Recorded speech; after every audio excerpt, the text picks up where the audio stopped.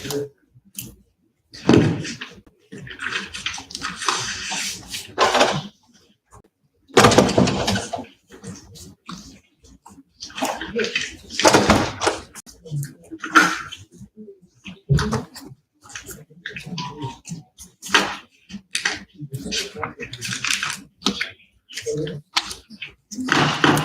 rise for the Pledge of Allegiance and remain standing for Reverend Bill Hempel, the chaplain for the police.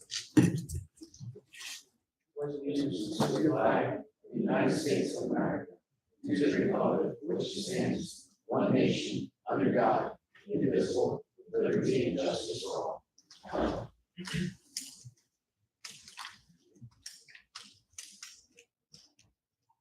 Let's pray.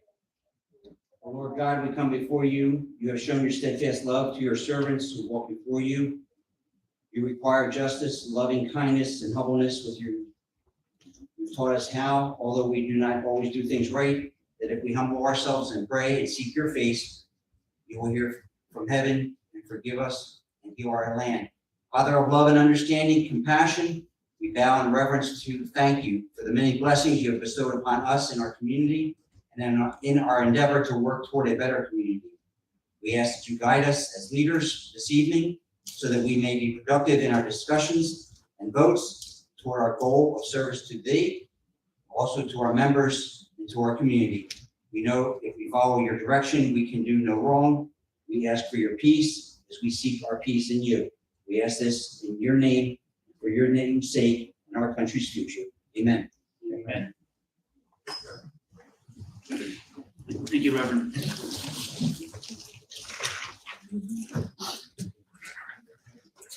This regular session meeting of the Township Council is being held in accordance with the schedule of meetings of the Township Council established and adopted by the Township Council, which schedule designated the time, date, and place of this meeting.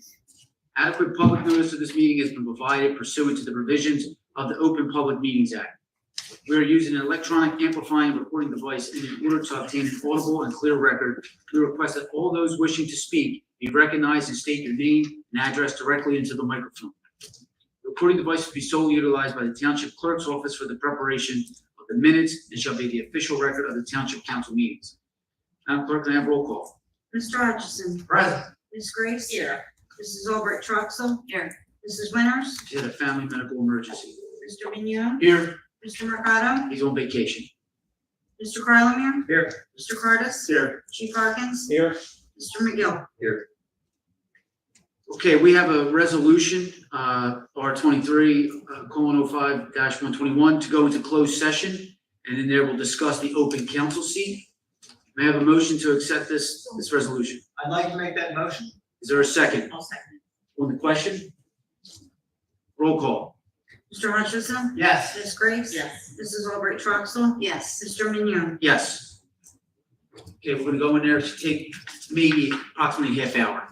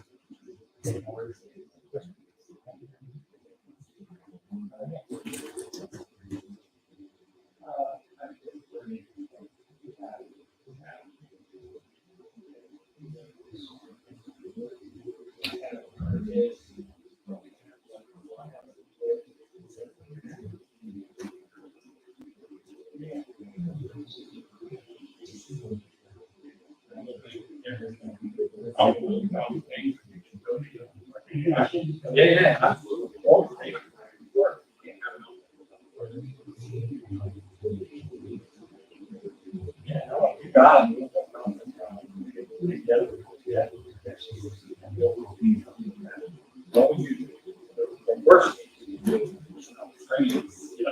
You got it.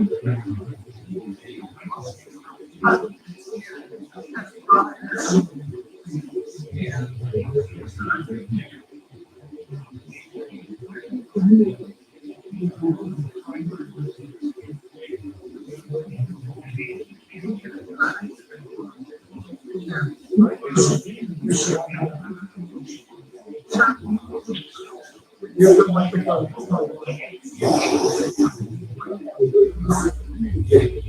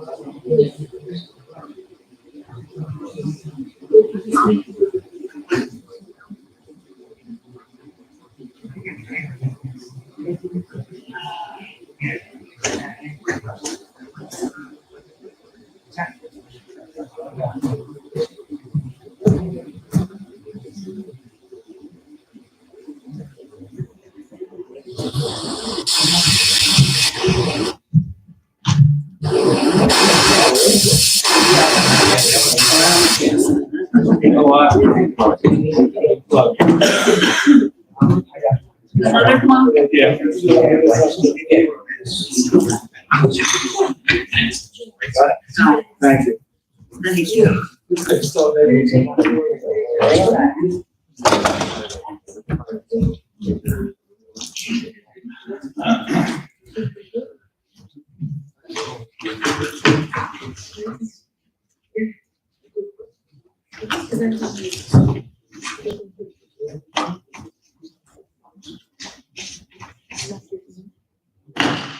Madam Clerk, can I have roll call? Mr. Hutchison? Present. Ms. Grace? Here. Mrs. Albright Troxel? Here. Mr. Mignon? Here. Mr. Crowe? Here. Mr. Cardis? Here. Chief Harkins? Mr. McGill? Okay, we went into closed sessions. We were given 3 names by the Democratic County Committee to pick to fill the void of Andrea Stubbs' vacant seat, council seat. So, we went in there and we did choose a candidate. Mr. Young? Yes. I'd like to make a motion to move resolution 133 for discussion at this time. Is there a second I'll second that. on the question? Roll call? Mr. Hutchison? Yes. Ms. Grace? Yes. Mrs. Albright Troxel? Yes. Mr. Mignon? Yes.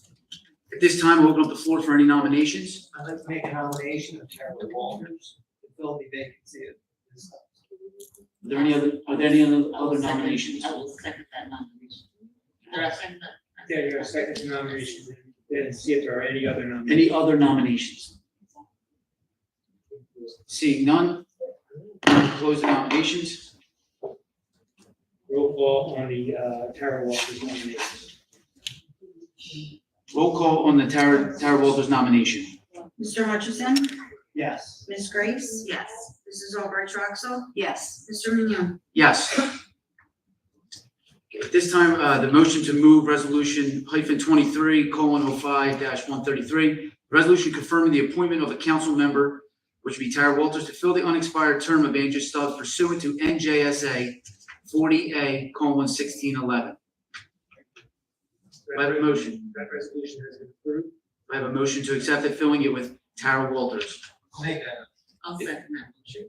On the question, roll call. Mr. Hutchison? Yes. Ms. Grace? Yes. Mrs. Albright Troxel? Yes. Mr. Mignon? Yes. Tara Walters.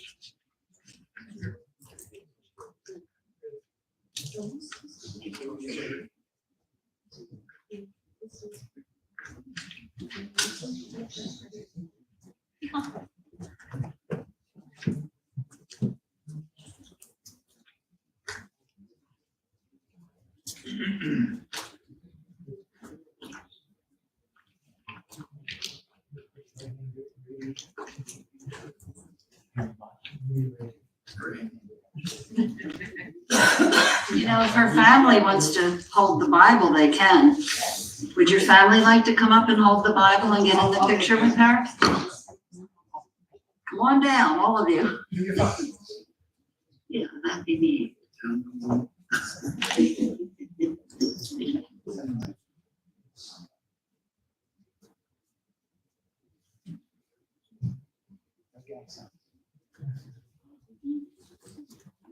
we ready?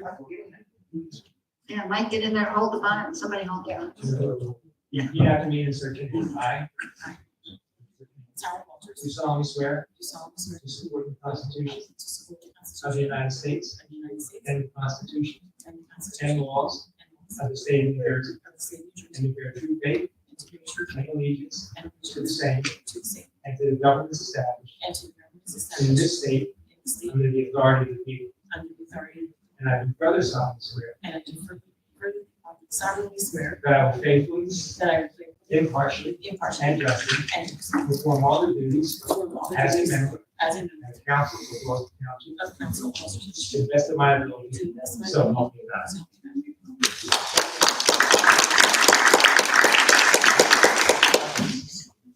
Everybody say cheese.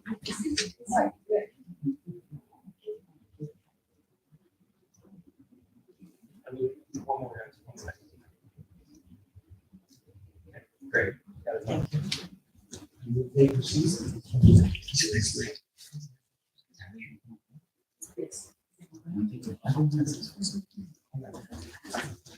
There. You get your back? You should always get in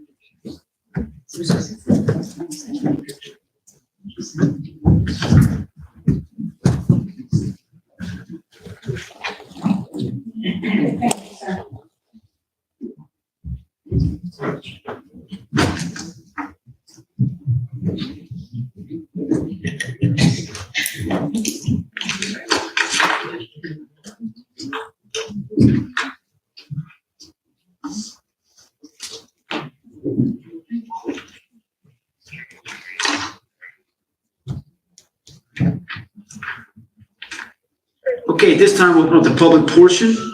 Public participation shall be for agenda items only. Anyone addressing council may speak one time. Once all those wishing to address council have had their turns, they may address council a second time, only if it adds to what was said earlier, not repeating the earlier statements. 3 minutes per speaker for a total of 15 minutes. Are there any questions? Mr. Heimbach.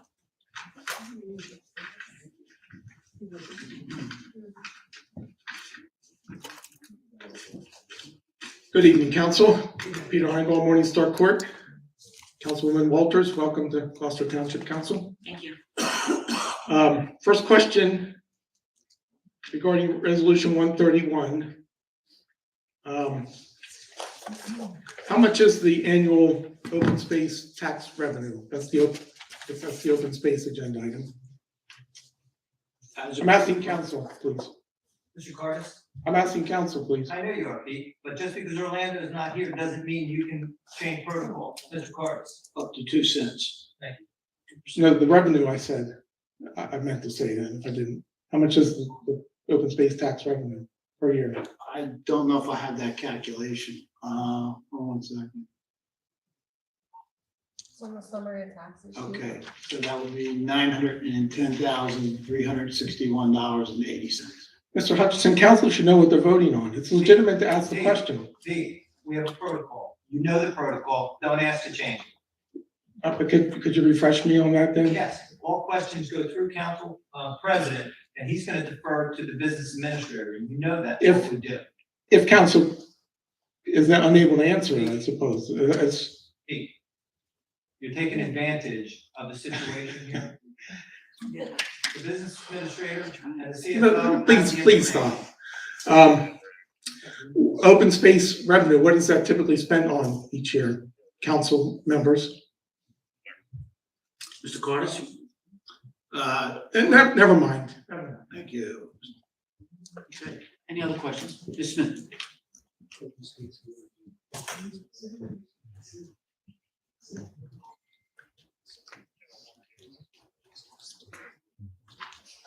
Good evening, council. My name is Shaughnessy Smithman. I live in the SDK Millbridge Gardens apartment complex on Millbrook Court, apartment 341. I've recently been a resident of Gloucester Township since the city of Clementon, according to the United States Postal Service, since February 2015.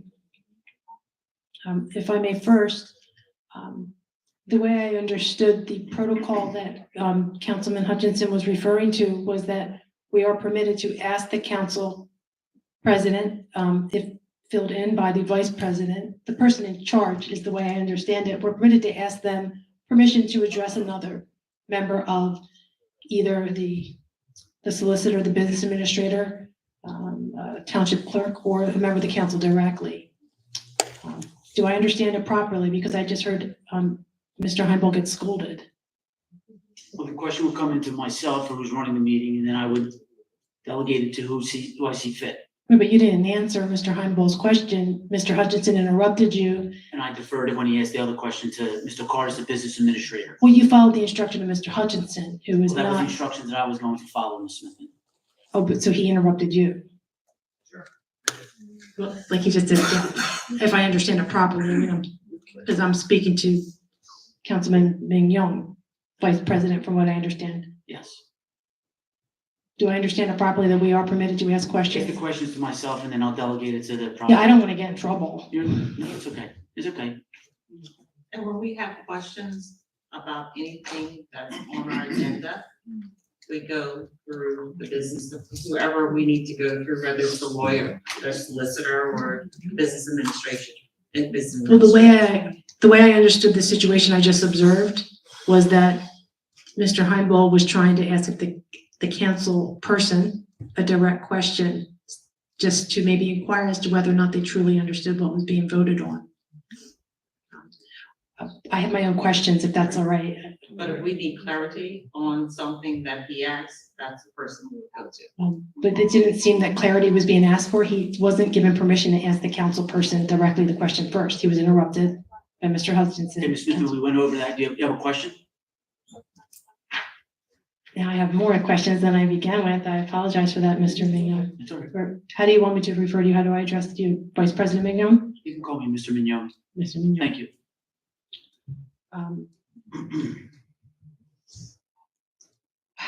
Resolution, the 131, that is, you're voting on something that goes back as far as 2021 or 2001?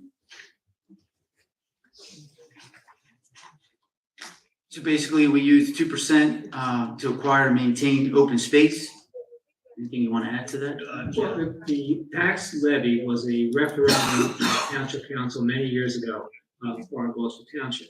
And that referendum read that the money that's generated for the open space levy that's in the budget can go to acquisition as well as maintenance of open space.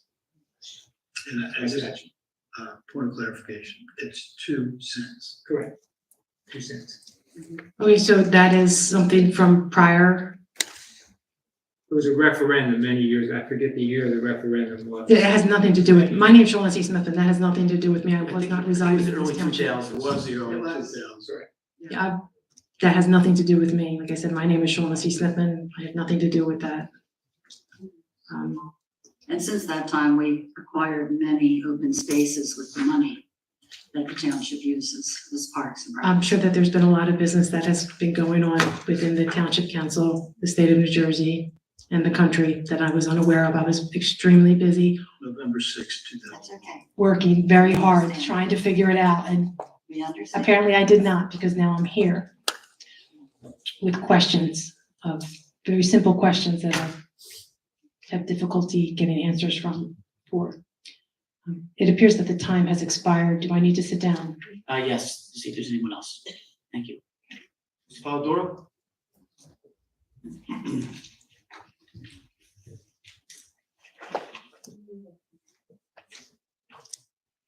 Good evening, Council. Ray Polidoro from the Historic Village of Ariel. I did not intend on speaking at this portion. However, when somebody brought up protocol, I thought that I would remind the council, the protocol is that questions are addressed to Council President.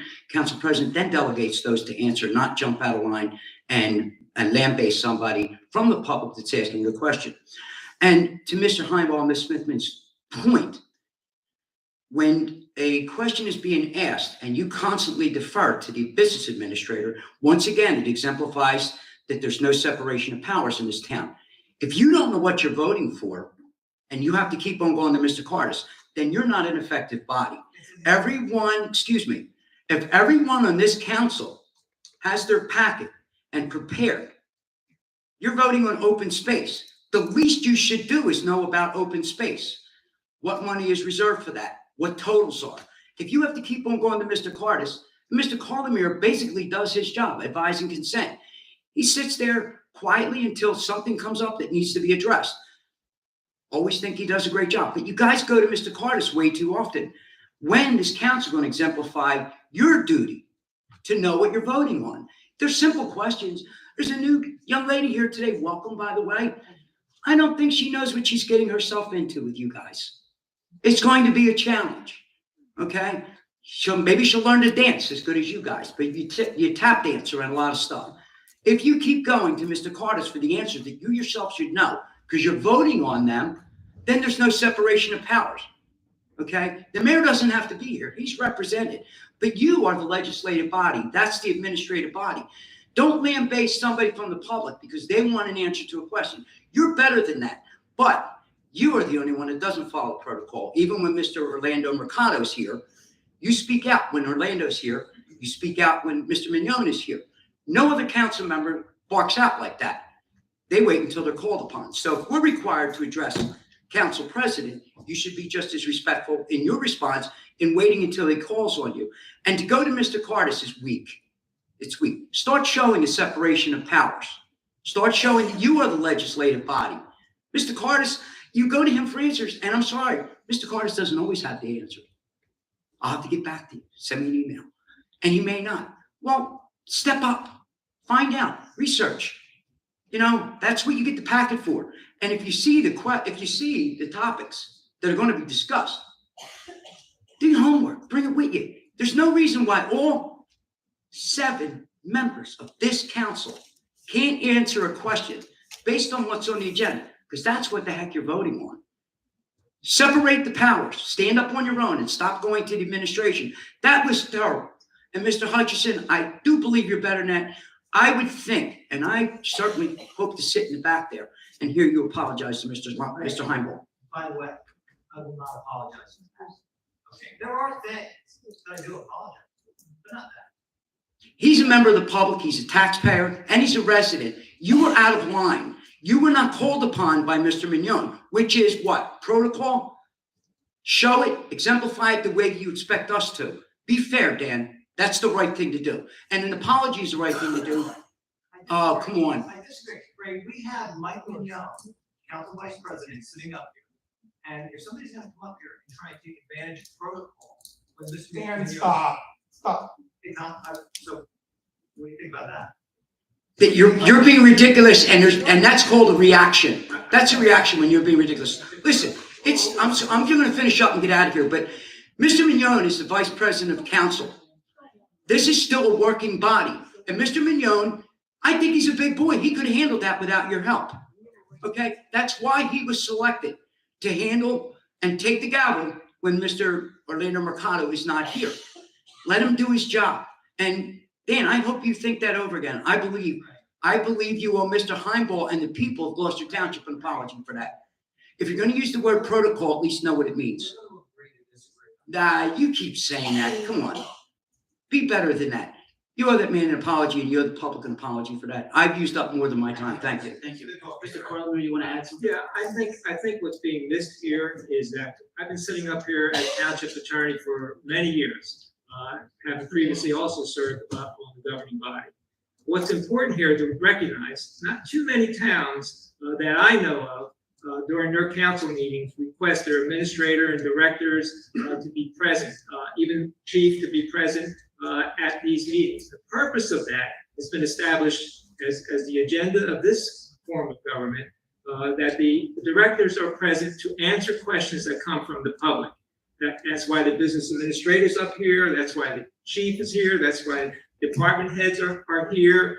Planning is here to answer specific questions, to be more detailed and exact. This is a legislative body. A lot of the questions that come up are on the executive side. That's why this council has the directors, administrators present at all council meetings to answer those questions. Thank you, Mr. Carlemere. Ms. Hendry?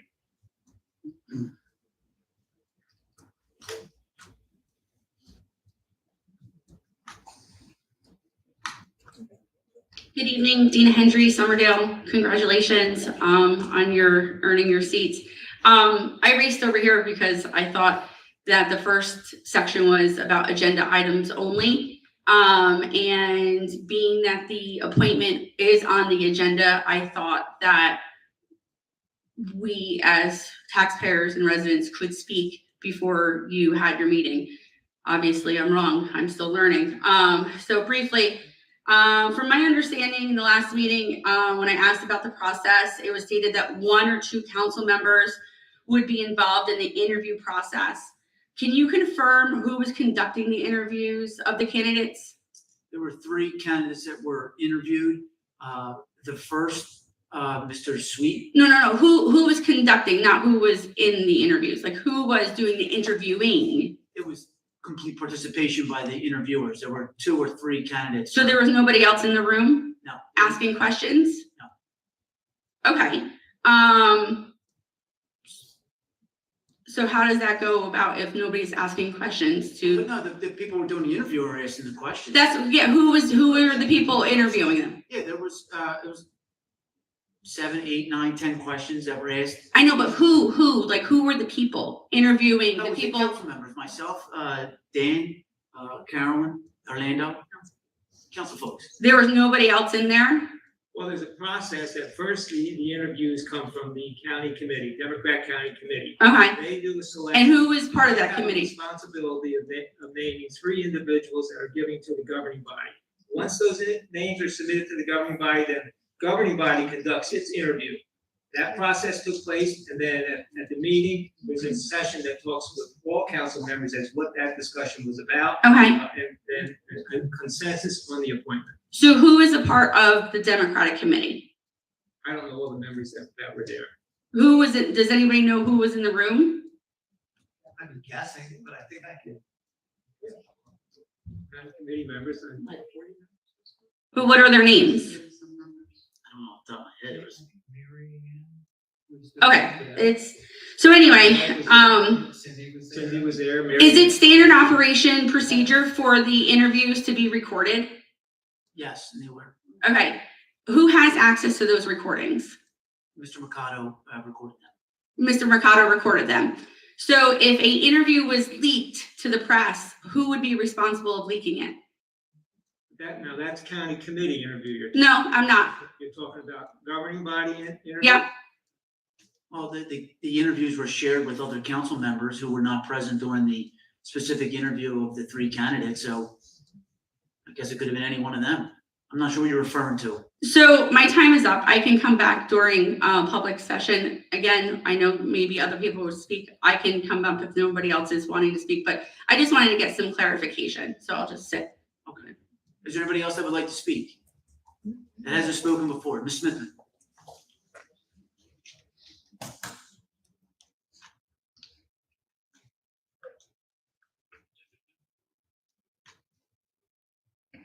Hello, good evening, council. My name is Shauna Smithman. I live in the SDK Millbridge Gardens apartment complex on Millbrook Court, apartment 341.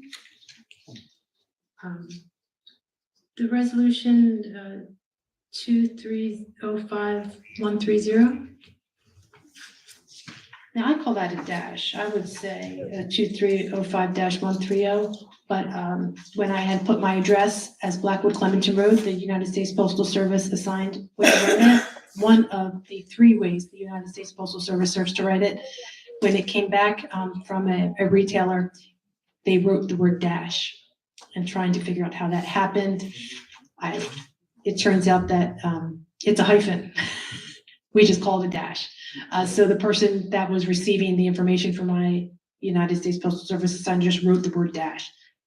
Okay. Does council understand it as 2305-130, or do I have to say hyphen? You can say whatever you want. Dash, hyphen, Well, subtraction. no, you're really not. And we have freedom of speech, but not. I would call it a hyphen, but you can call it whatever you want. May I as well, what is the contaminated material that was discovered that made it so that everything has to be removed? So this was a change order because there was some unforeseen hazardous material that says in the. What were the hazards? At this time, it was asbestos. Was anybody else exposed? Construction workers. Go ahead, Mr. Bowman. When there's a contract that goes out for bids as required, when that contract is awarded, and during the stages of the construction, there comes a change order. In New Jersey, when that change order exceeds 20%, the governing body is required to establish a resolution that sets forth the facts regarding that. So when the business administrator contacted my office that this was a change order to $24,325, which was 20%, greater than 20% of the original contract, it required a resolution. So that charged my office with the responsibility of looking at the contractors' reports that came in. Because the criteria says the contractors, the reports that come in have to establish that this was unforeseen and that the circumstances justify that the bids have to be increased in a sense now because what happened was unforeseen. And what they identified is when they awarded the contract, the building was a stable building. And then time went on, and when they went in to start the demolition process, they contracted the demolition and they contracted the contamination removal, two separate contracts. What happened is the second floor or first floor collapsed, and that mixed all the material, demolition material and contamination material. That changed how it has to be removed. Now it becomes a sole removal. Everything gets defined as contamination. So it has to be removed and demolished in a different format. That increased the price of the contract. I read through those reports that came in, identified it. We put it in the form of the resolution. If you read the resolution, it establishes that fact that it was unforeseen. This resolution, if it's approved and the contract is increased, it has to go to the state of New Jersey, DCA, as part of our budget process for their records, and it has to be reported. So that basically is how this came about. I have a question about your response. It didn't mention anything about the employees that were working to remove. These are, well, they're Well, I contracts. think your addendum, what you changed, only discusses the building. As a construction worker, we do find over years of experience that the material and the buildings are worth more than our lives. So I see that you chose to acknowledge the building, but there was nothing written on any added expense to help with the people that were working. This is an abandoned building. This is the building 5, number 5 and number 7 of the Black Horse Pike that was staged for demolition. This building was vacant. Wait, but it was discovered that there was asbestosis in there. Vacant. Well, I myself had worked in the state of Pennsylvania for the city of Philadelphia for local Union 98. There was a Sacred Heart when I was in apprentice school. It was really far, but I had to take the Blue Route. And then there was a job up near Clearview Street, near Broad and Grange. There was 2 that were exposed. I never was gained the accessibility to get any type of inspection of my physical health for those at all, ever. My name is Shaughnessy Smithman. Thank you, Ms. Smithman. Your time is up. Ms. Hendry? So he's not, Thank you. so he's not gonna mention the people? that No, were- I'm not. No, they're not, that's not part of this yet. I'm speaking to Mr. Mignon. They're not part of this. This is the change order for the unforeseen of the. So you're only talking, in the it building. only discusses the building. That's it. Thank you. Thanks, sorry. Dina Hendry again, Summerdale. Just clarification. So the leaked video, I'm not sure what you're talking about. it's a good read. It's a good read. So njglobe.com did a article about Mr. Sweet and his desire to earn, the seat that you have. And it, yeah. Take a peek at it. And included the video of his interview. And I was just like, oh, that's pretty cool. And it had stated of things and all that great fun stuff. So I was just wondering, when I reached out to the reporter who did the video, or who did the article, I should say, asking how he got it and when the other candidates would be featured. Because if Sam's going to be featured, you would think that everybody else would be featured. That's what I would think. Then again, I think a lot of things, and they're usually wrong. So from my understanding and from my hypothesis is that it is the leaked video from his interview with the Democratic Party which got him to the next round.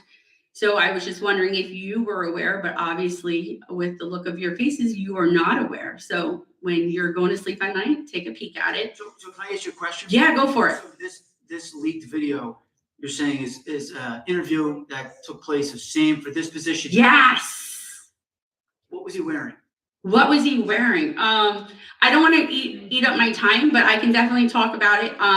So my thing is what was he wearing? Hold on.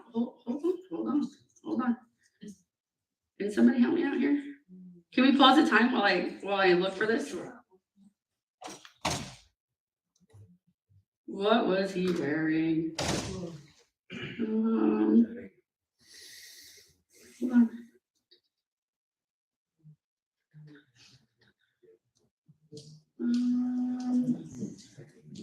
He was wearing a collared shirt with short sleeves. He was wearing like a blue and gray. Do you want me to approach the bench?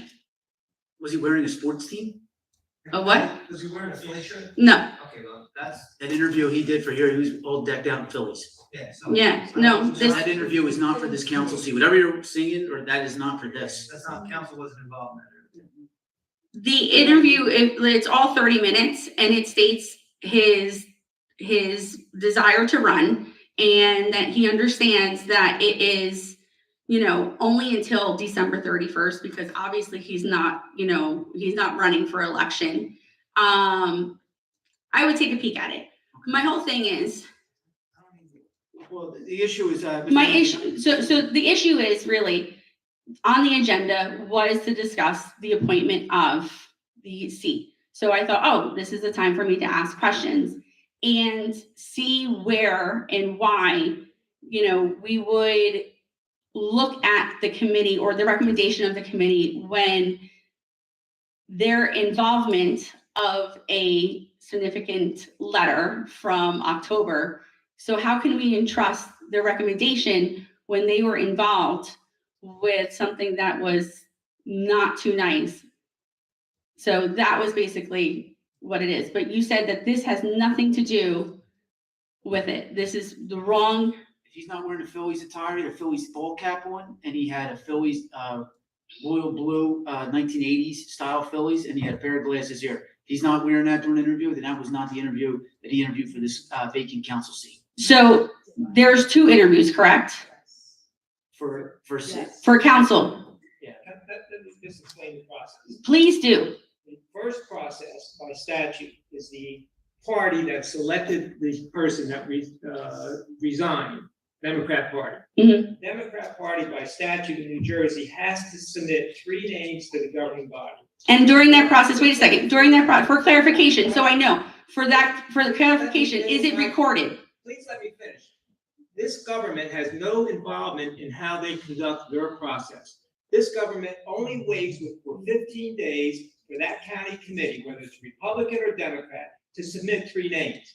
The government then has to work with those 3 names. It can reject them, but then the process changes. It has to work within the 3 names that whatever party elected the person or submitted the name of the person that resigned, that's the party that makes the recommendation. Then there's a second interview. That's a government interview. That's what you should be talking about here. This government has nothing to do with whatever process the county committee chose to interview and how they conducted their interview. They only have to be concerned that they have 3 names and they have to talk to those 3 individuals, and from those individuals make their decision who they want to sit in this seat. So getting up here talking about county committee, the politics side, county committee, has nothing to do with government. Okay, thank you. Thank you, Ms. Hendry. All right, that'll close the public portion. Proclamation. Jewish American History Month, 2023.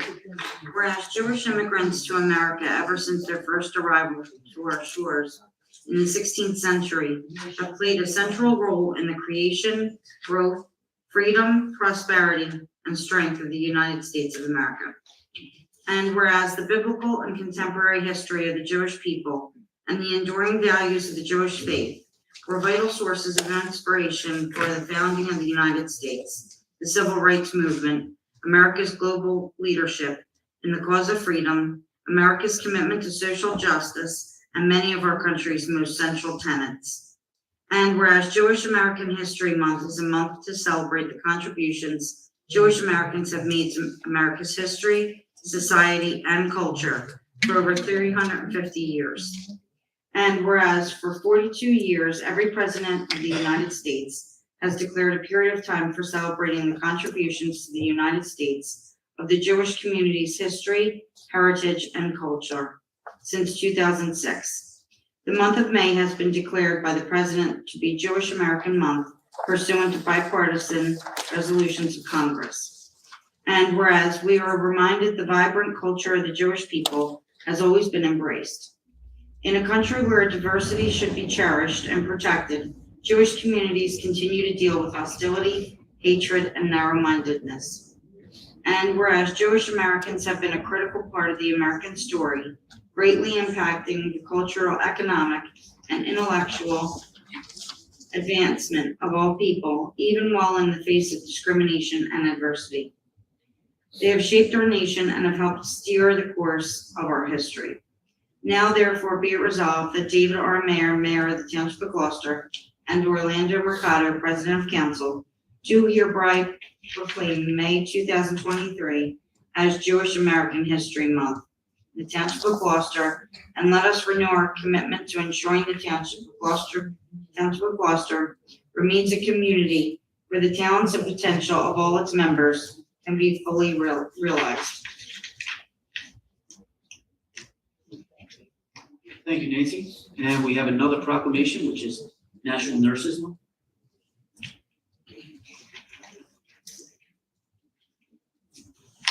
Take time to read this.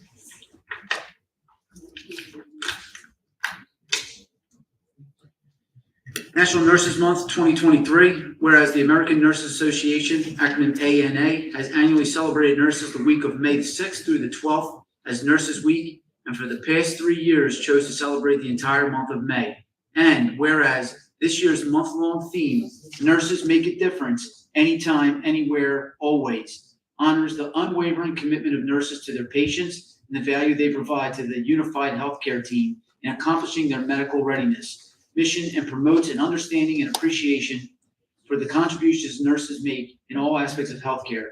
And whereas this National Nurses Month provides the opportunity to emphasize growing nursing shortage that began in 2012 and worsened during and after the COVID pandemic. And whereas data supports the impact the COVID pandemic had on nurses and all healthcare personnel with increased job stress and fatalities. And whereas the demand for registered nursing services will be greater than ever because of an aging population, emerging health challenges, the expansion of life-sustaining technologies, and the growth of home health care services. And whereas, along with American Nurses Association, Rutgers University Nursing Program based on the Gloucester Township campus of Camden County College has declared May as Nurses Month to promote the appreciation for nurses' unparalleled impact during the pandemic and their contributions to healthcare. Now, therefore, be it resolved that I, David R. Mayer, Mayor of the Township of Gloucester, and I, Orlando Mercado, President of Council, do hereby proclaim May 2023 as National Nurses Month in the Township of Gloucester, and ask that all residents join in honoring registered nurses and celebrating their accomplishments and efforts. Dated May 22, 23. I just want to say we have the luxury and privilege of having two nurses up on this dais here right now. We had one, and now we just acquired Tara. Tara's a nurse in Gloucester Township Schools. Michelle Winters is a nurse, runs the cath lab and cardiology services in Camden. I myself am not a nurse, but I do have a bunch of nurses that do report to me, and I'm from the front line of healthcare. So at this time, thank you for all your services, healthcare professionals. Okay. This next ordinance is going to be a second reading. There will be a public hearing. Oh, I'm sorry, I missed this. Skip the bid report. Bid report. 2023 Road Improvement Program. Motion to accept the bid report. Is there a second? I'll second that motion. On the question? Roll call. Mr. Hutchison? Yes. Ms. Grace? Yes. Mrs. Albright Troxel? Yes. Mrs. Walters? Abstain. Mr. Mignon? Yes. Okay, now we'll go to the ordinance, the second reading. There will be a public hearing. I'll just ask that we try to keep it at 5 minutes max. Everybody can talk, but this way, if there's many people that want to talk about it. It is O-23-02. It's an ordinance, excuse me 1 second. Ordinance of the Township of Gloucester dissolving the Gloucester Township Municipal Utilities Authority pursuant to NJSA 40A:5A-20. This is a dissolution of the MUA. Ordinance permits the township to dissolve the MUA and assume sewer utility service for the residents of township. Any questions? Mr. Heimat.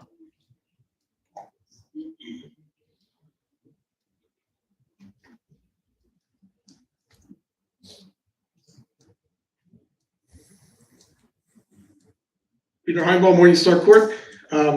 This is a pretty big change in the structure of the government, and it has various steps along the way. We had a first reading. We had a plan and an application put together. It involved a lot of contractors to put together a 75-page application. And then that application was submitted to the New Jersey Local Finance Board for approval and was approved. So because it's such a big deal and a big structural change and all these steps along the way, before questions are asked, could it be more explained how we got from first reading to where we are today with approvals and applications and things like that? Could we take a few minutes to explain that? We've been talking about this for years, changing from an authority to a utility. What you see throughout the state are many authorities switching to utilities. The advantages are you're eliminating a paid board, you're getting economies of scale, you're decreasing the number of professionals. And basically the decision was made because the mayor and council felt that we could save money and that we could do a good job on this. And that's why we made the application. You participated in the actual hearing for the application. As you know, there was a 4-member board of the local finance board, and they voted unanimously to approve this. Yeah. You're right, I did attend the local finance board meeting and participated and asked questions. Now, correct me if I'm wrong, what the local finance board approved, though, was not that this was a good idea for Gloucester Township or save money to go for Gloucester Township and economies of scale for Gloucester Township. What the local finance board approved was that by doing this, Gloucester Township will continue to get the same municipal sewage service, and that the township would assume the debt of the municipal authority. That's all the local finance board Well, approved. that's not exactly correct. Yes, Sir. That's not Okay. the job. That's why I wanted an explanation. That's not the job of the local finance board. The local finance board is charged with the responsibility to make sure that the dissolution of this authority or any authority, because a lot of authorities have been before the local finance board, their job is to make sure that it's in the best interest of the community, that the economy of scales are there, the service is there, the consolidation is there, and the community as a local government has the ability to take the responsibility to complete the transition. So they don't talk about the comments that you were just making. They want to make sure that it's in the best interest of the community for the dissolution. And they look at the finances, they look at the ability to continue to pay and operate the facility. and just an observation about the comment you made before. I don't know, and you don't know, what was discussed between the director of the Division of Local Government Services, Tina Zapici, and the members of the board.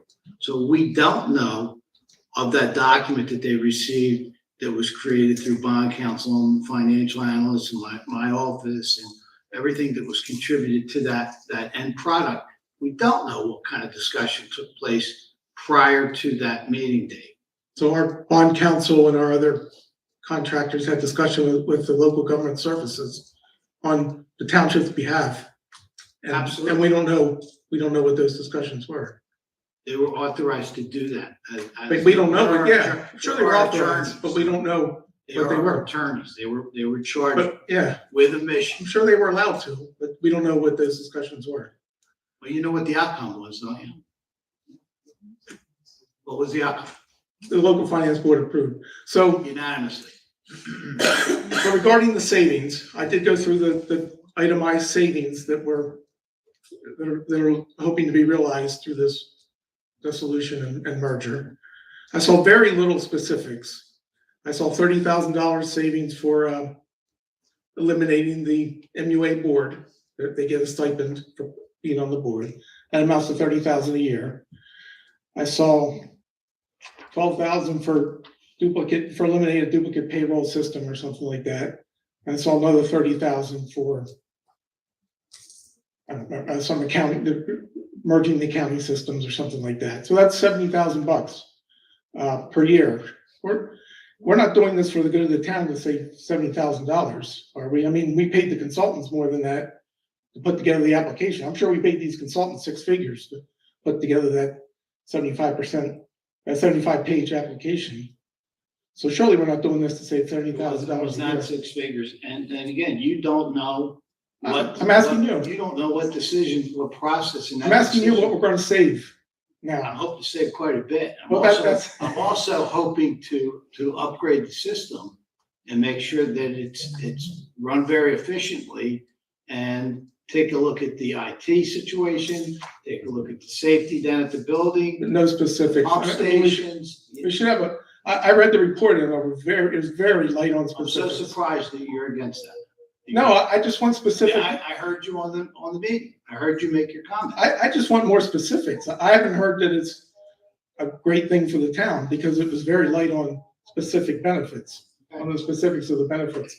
What I did hear, and I do ask to have this explained better because I didn't understand it from the meeting, the local finance board meeting, is the MUA on their books, on their finances, has X million dollars in some kind of surplus or renewal account, something like that.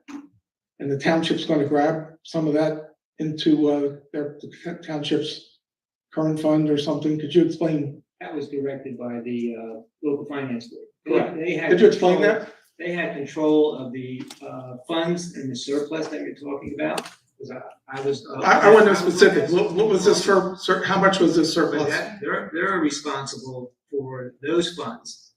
They make the decision of how those funds are appropriated. And correct me if I'm wrong, Tom, I think they said there was a $6 million surplus being held by the MUA. Okay.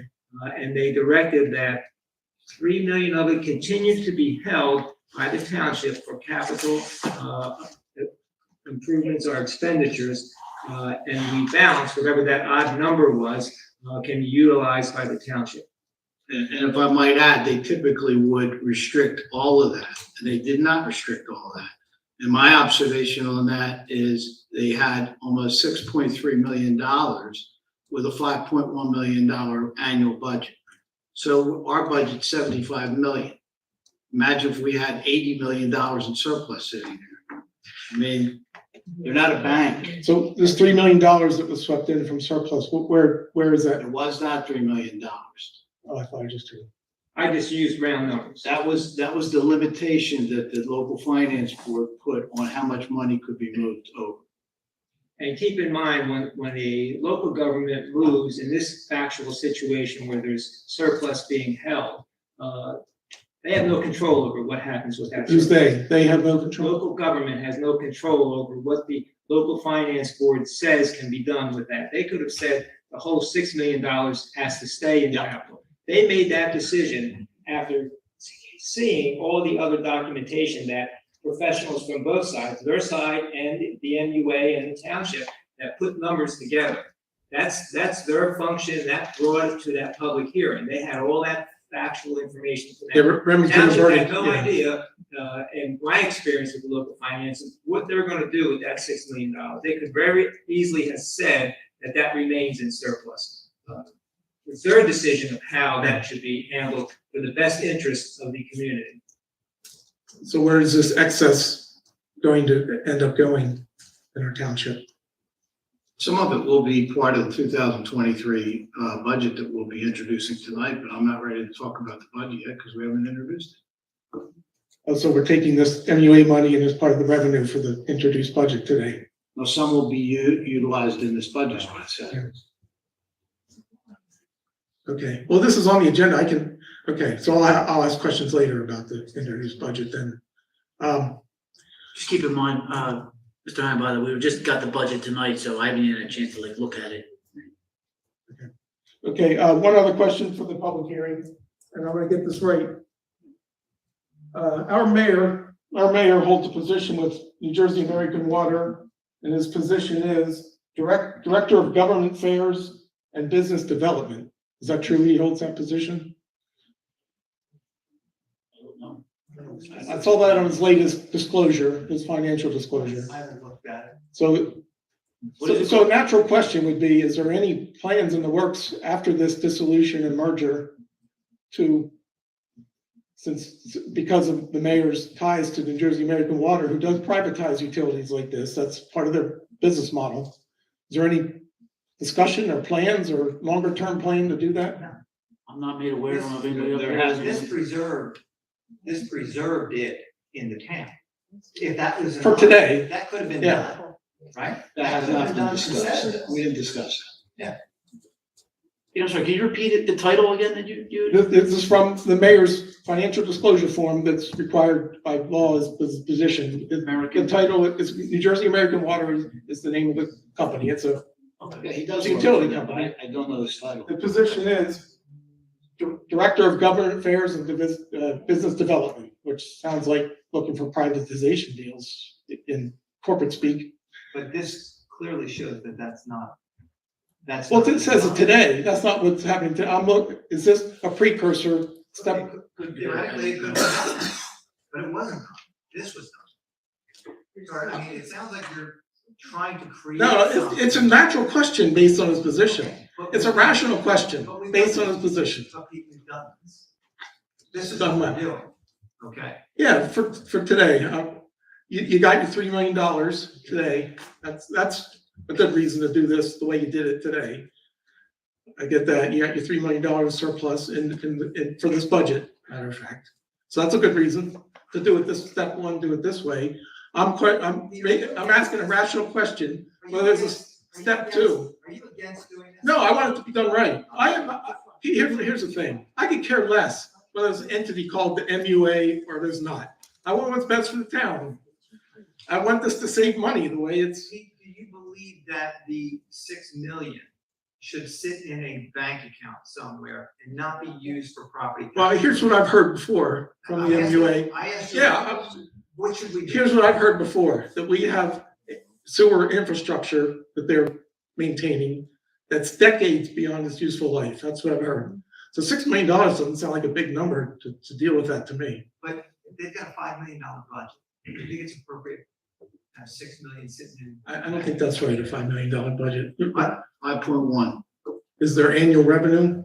is their annual budget. It's appropriation. You work with them. Is that appropriate?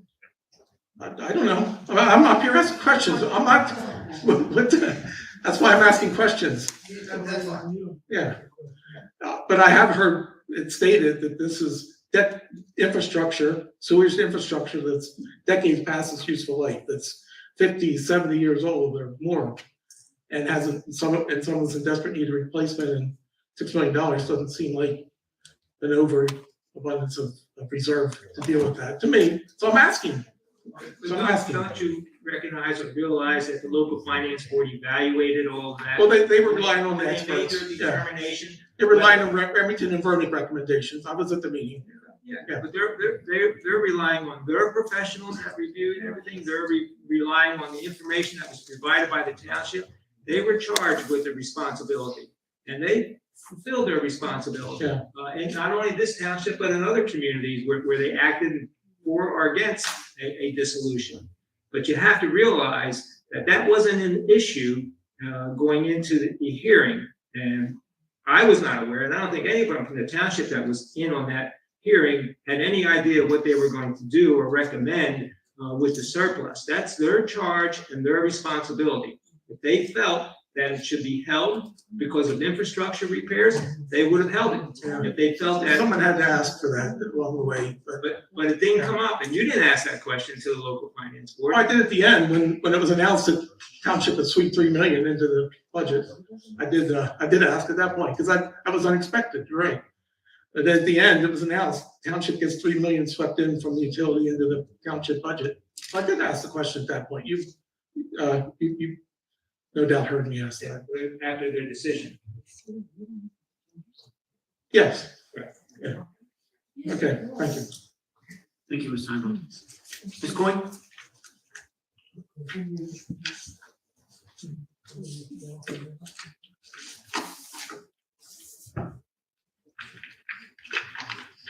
Denise Coyne, Hughes Landing.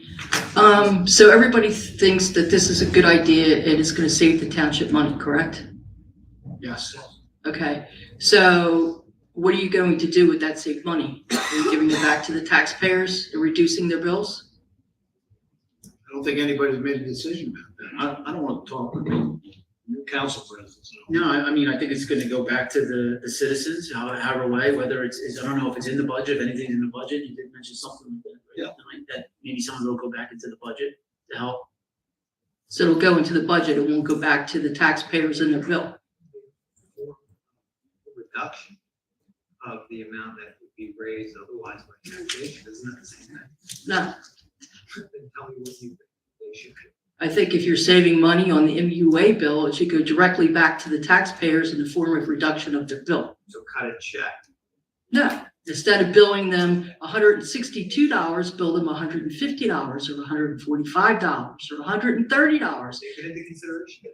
Okay, that's what I'm asking. Is that a consideration? I didn't attend these meetings. I don't know what was discussed. That's why I'm up here asking the question. I mean, we're in the infancy stages of taking it over. I mean, if all dockets are on the table, to see what happened. Okay, and the other question I have is, to kind of follow up on Pete's line of questioning. I didn't attend this local finance hearing, so I know nothing about this. But I share Pete's concern with the mayor's affiliation with New Jersey American Water. And is there anything in this agreement that says that it can or can't be sold off to a private utility? I don't know the details of it. I would have to respond, no. Okay, so it could at some point be sold off to New Jersey American My Water. point to Denise was it could have been sold now. So step A, step B, step C. Well, I mean, there's often a long-term plan and there's steps to get there. So, rather than do the dissolution, they just could have sold. well, that's true, but people may not be so amenable to that. Plus, I believe, So, I might interrupt. you know, this may be step In order to one sell and it, you the have to- end you goal have to could have a be, referendum. Okay, so there'd be a referendum. So the taxpayers would get to vote on whether or not a sale would take place. okay, so that would be something that's voted on. It wouldn't be something that township council could do as a walk-on No. resolution. Referendum, just like the open space referendum that was approved almost by 80%. Referendum, So it would actually be on a ballot.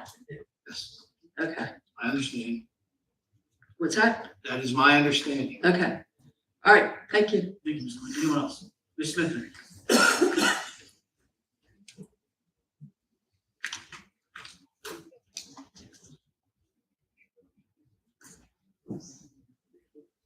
Hello, Council. My name is Shaughnessy Smithman. I live in the SDK Millbridge Gardens Apartment Complex on Millbrook Court, apartment 341. You had said that for this, for the discussion with the Municipal Utilities Authority, that there was interviews questioning with that they were aware of it. I believe Mr. Heimel had begun the conversation. You were discussing when the dissolution process began, and then they, just in order to save money. Hearing in Zoom to discuss it. Oh, so it is available for people to watch. I only ask because I myself have not had any interview of any kind with any professionals other than South Jersey Behavioral Health Resources, who since the year 2000, February 2015, who they began to assist me with care, have not discussed anything. I hear the word budget. When it comes to things that pertain to myself, they moved the entire, everybody in charge. So now there's no longer a director of residential services. They promoted them to a CEO, and the person to answer my questions is no longer available. The person assigned to help me answer the questions does not respond. Hold on, I want to answer your first question you were asking about. The question is, like, are you sure that you're actually speaking to the people that you're supposed to be speaking with, or are you speaking to a liaison of sorts, or someone who, are you sure you're speaking to the person that I'm not sure if I understand what you're saying now, but your first question dealt with the hearing. The hearing was under the jurisdiction Department of Community Affairs for State of New Jersey Local Finance Board. They scheduled it, they had control of that. That's their hearing on this application that was conducted. And that's a public hearing. That's why other members of the public were there besides township officials on our side. But that was not a hearing that the township controlled, that was the state control. So you were speaking with the people that were actually involved? Because like I said, when it comes to my situation, which of course is not government, I'm just a member of the public, which in itself is government, with we the people. But I do find that the people that it pertains to don't benefit, don't get discussed, do not get informed in any way. So that's why I was just trying to speak up for the members of the MUA, in case they were not speaking with the proper people, the people that it actually affects. And you're taking the surplus money, and Mr. Hutchinson had referred to I'm a fan of banks. My father always had a bank, Farmer Savings and Loan. God rest his soul, he passed away. He always put it in a bank. I myself practice that, other members of my family do not. But like I said, I'm not only technologically dumb, I am dumb. So, but even that is not totally secure. While my parents divorced, someone took out a loan for $20,000 and signed my mother's name. Since there was no burden, there was no way to prove it, that it was not forged. My mother just paid it. It was $20,000. Not a large amount of money to some people, but it did take over who my mom was and how she's identified, and whoever was standing there with the fraud of that situation. I think that's what also Mr. Heimel was referring to. It's going through a lot of effort to cover up, or be able to go through proceedings to save what appears to be a small amount of money. $20,000 may not be a lot to my mother. It's a lot to me. She just paid it. It had nothing to do with her life. She had left the house anyway. So all that left was my father's dead body, God rest his soul, in a home with nobody around him, because he could not be properly identified with his family members. And it turns out he had been left that way for years. And the Municipal Utilities Authority is a part of the foundation of every community from the beginning. So I'm still upset that they dissolved the entity of the Municipal Utilities Authority. And now people are discussing what to do with the money, which, I mean, is really nauseating as somebody that just went to work until they just were not allowed to anymore. So $3 million? And you're saying that you want to apply it to the township? Some way or source, yeah. What do you mean in some way? So you have to be pretty specific. Yeah, we'll look into it. I mean, that's a lot of money, correct? I mean, when it comes to things such as theft, or when it comes to, if there's like a fraud of some kind, that amount of money becomes federal. That's a totally different crime. I tried to discuss, that's what I've been trying to discuss with South Jersey Behavioral Health Resources, when close to $100,000 got deposited into an account without my name on it from the Social Security Administration, when 5 years of retroactive benefit Social Security disability insurance income went to an account without my name on it. Just my Social Security number. They only identified it by saying the numbers were the same. The amount of money that was deposited must be that amount. And that's where they left it from I think it was the year 2018.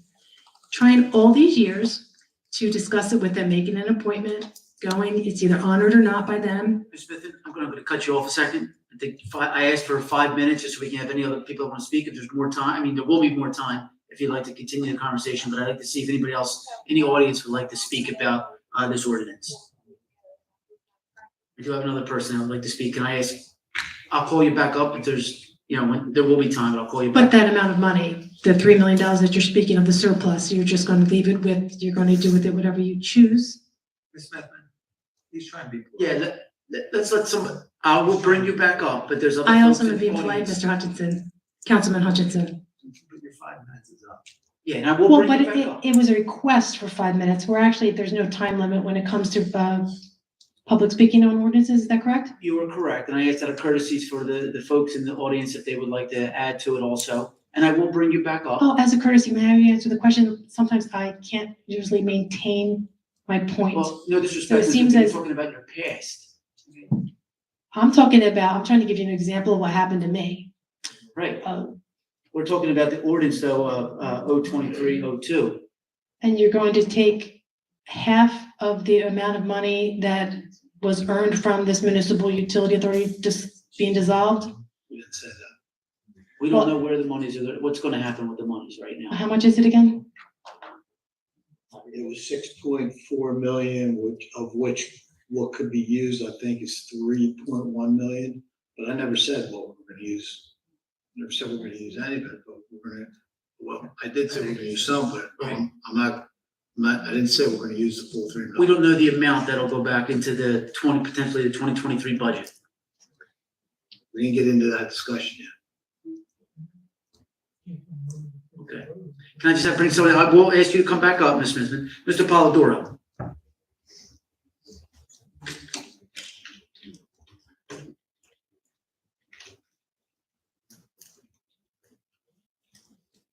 Thank you, and hello again, Council, Ray Polidor from Ariel. Historic village. Historic village. I only need to do that once, you guys know. All right.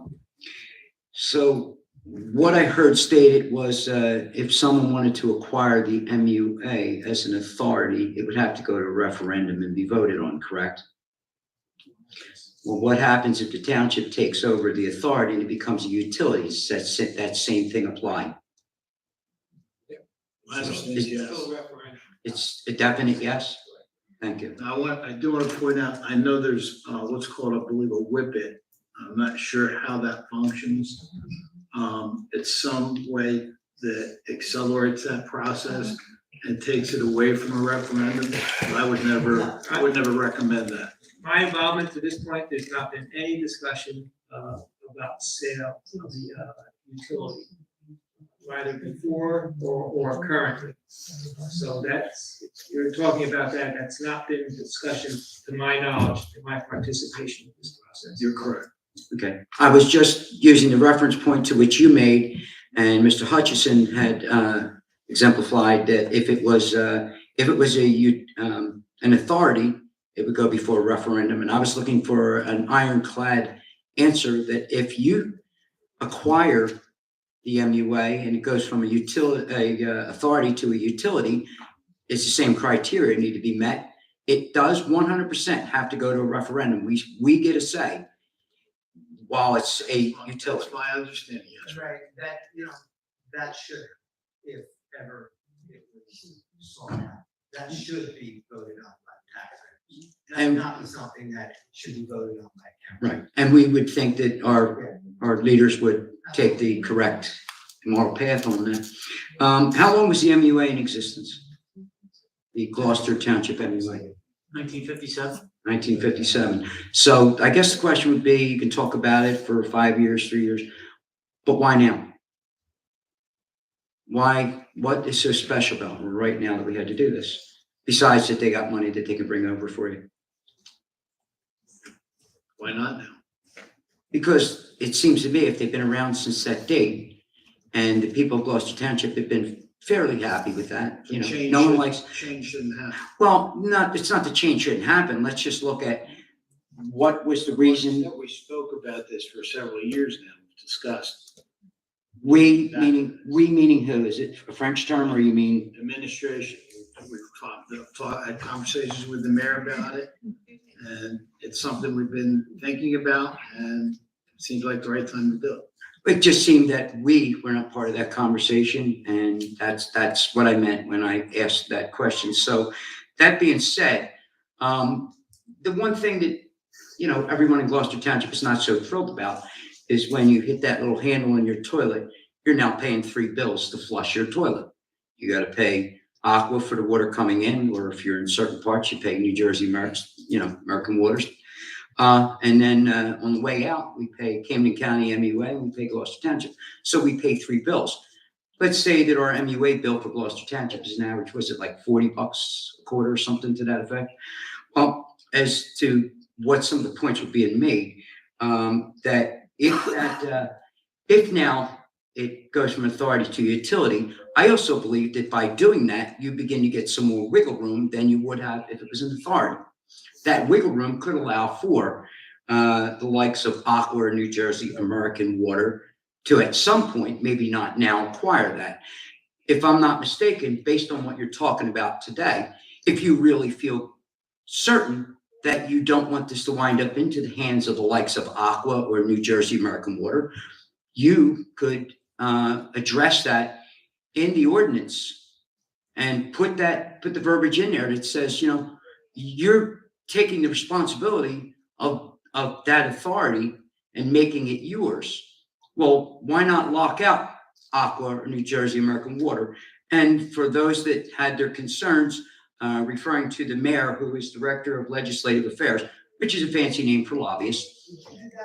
I'm sorry? If you were up here, Would I do what? would you just recommend? Would I try to make sure that what we already have in the people of Gloucester Township that are paying $40 every quarter? No, that's not And what we're talking about. then I'm not understanding the question you're trying to ask. Yeah, you said you could lock out a prospective bidder. No, it'd be locking out the voters, because if it goes to referendum, it's the voters that you're saying But that's not can't what vote you're- on this. Tom, and I understand what you're saying, but that's not what Gray's saying. Gray, you wanna decrease the number of bidders if it were ever to be sold in the future. Well, let's just say that one of us did a little research, and Answer my question. You're asking me a question. Go ahead. We go back and forth all the time. Would you really wanna reduce the number of bidders? reduce the number of bidders. What I would like to have my government state to the people that are paying that $40 quarterly bill, that we as a governing body are going to do everything that we can to make sure that if somebody does want to procure or acquire, that their bill is not going to skyrocket, that it's within your hands for the bill now because the MUA has made that desire. It would also allow you. If you sell this off, it's out of your hands. Now, We're totally being hypothetical because that's not happening. But we go back to the question, why now? But I think, if there's a negotiation ever between parties, you can negotiate different elements into a contract. But you can't tell a private company what to charge. It's not a bad, $40 every quarter is not bad. People in Gloucester Township aren't really hurt. Now, what does hurt is how our township does that. If you don't pay your sewer bill, you guys have a convenient expedited tax sale. Now, it's not a tax, it's a utility bill, but it goes up to tax sale. Forget to pay your sewer bill, boom, we're going to see you. And now you're going to pay 18% to somebody that's got your lien for a sewer bill, but it's not a tax. But that's what they do throughout the state of New Jersey. But, well, not everybody's in such a hurry like Gloucester Township and has an expedited tax sale, especially for a sewer bill. Right, what town doesn't? Help me out. Well, it's not a matter of, listen, Tell me which town doesn't. if you were sitting in another town and I lived in another town, we could talk about that. Let's talk about Gloucester Township. You're sitting up here making statements as if- No. I want to know what town are you referencing that does not have an accelerated tax sale? Not every town has to have one, nor do they. Well, Dan, let me move on because I'm already limited in my time. So everyone doesn't hurt so bad from a $40 quarterly bill. New Jersey American Water takes it up and their bill goes to $85. Now, the old philosophy with government, something is not taxed. We're only going to do a little just 0.5%, you'll never notice it. Well, that 0.5% now opens the door wide open, 2%, 4%, 6%. It's where it can go. And it should be your job to want to make sure that those bills don't go out to a much, much higher rate by it being acquired. Let me move on to one or two other points, and then I'll give the time back to some other folks. Currently, the township is self-insured for health insurance. I may get the names wrong because they're all kind of grouped under the same guy. Parker McKay who's the one that is our consultant broker for healthcare insurance? Connor Strong, I know it was one of those. Who is the MUA insured by right now? State of New Jersey. State of New Jersey. Now, once that they're not an authority anymore and they come under the guise, they go under self-insured Connor Strong insurance again. That is correct. And we didn't have enough problems with falling short on that as it is, that we're going to add pretty decent bulk size of employees to that. We stayed with our self-insured. Uh-huh. We're going to continue to stay with it. Things have gotten better. We had a bad year, and I didn't pull any punches. I told you it was a bad year. We had high claims. And you never did find out what that threshold was, right? You knew that we were close. You just didn't know that. When you say threshold, The threshold, we were $4 million short on the healthcare coverage, self-insured. came out about, I think it was 3.8 or 3. A little under 4 million. And when we constantly ask, well, what is that threshold when our catastrophic fund kicks in? And you said you didn't know, but you knew we were getting close. Which one was it? You're asking me what the aggregate attachment. We're going to be adding more people onto that healthcare I plan. will email you the aggregate attachments. That is the catastrophic threshold to when our insurance comes in. Catastrophic threshold, once the insurance kicks in to cover all All the. right, but not for nothing. Doesn't vary. This doesn't question's happen. been asked so many times. I thought at least you would have brought that any given night that we've been asking that question. Again, we're going to be building the amount of people that's on that healthcare, and we've already, did you borrow, right? You borrowed 4 million for that? We did. Are you against this, just curious, should we not be doing this? Do you ask me questions like that. My problem is I don't have a valve and a filter. You ask, it's in my mind. I don't know that I trust you to handle this. Okay, that's fine. I just don't think that you're going to be that good at it because, What were you handling it? well, let's take your point. What'd you do? So You want to take this surplus, I'm going to finish I up. was going to say one thing. We do have some walk-ons that we're going to mention, and in there, which is resolution 23, colon 05, 134. It does say in there about the insurance contracts. Mr. Sheldon. Yeah, the request has been that there's a transition that has to take place. And there has to be a learning curve, for lack of a better expression. So the administration has requested this resolution, which is 2305-134, and I submit this as a add-on in conjunction with this ordinance that we're talking about now. That'll address that. That resolution indicates that all contracts, insurance contracts that you were just talking about, will remain in effect through the end of the year and if requested by the administration through May 31st of 2024, to give the township an opportunity to evaluate the scales of which is the best way to go with insurance things and other administrative contracts that the MUA might have out there. So there's everything you're asking now that you're talking about, there's a learning time that you have to go through. And that's why the administration said, let's keep all contracts current. We're not going to upset anything until we decide which is the best way to go for the township. and the So you're doing some research on it. If I can just pop 2 quick ones in, then I don't need to get back up and I'll give back the time. So when the MUA employees come and mix with our Public Works Township employees, there are times when you hear that one group is making more than another. Now they're all going to be under the guise of Public Works, am I correct? No, you're not correct. Okay, in any way, shape, or form, will the lesser of the two salaries need to be equal to the entity that they're going to be joining? No. So what they come in with is what they make? They're going to come in under the Teamsters and they're going to remain under the Teamsters. Okay. People of Public Works, CWA. Excuse me. All right, and the last statement, and was with this 3 million bringing, that's coming up from the MUA. And you're not quite sure what you do with it. I believe Mr. Hutchison's comment was, we could apply that to property tax relief. I don't know what you think property tax relief is, but it's either 0 or near 10%. 0 is in election years, 10% is in non-election years. So by property tax, do you mean another 0?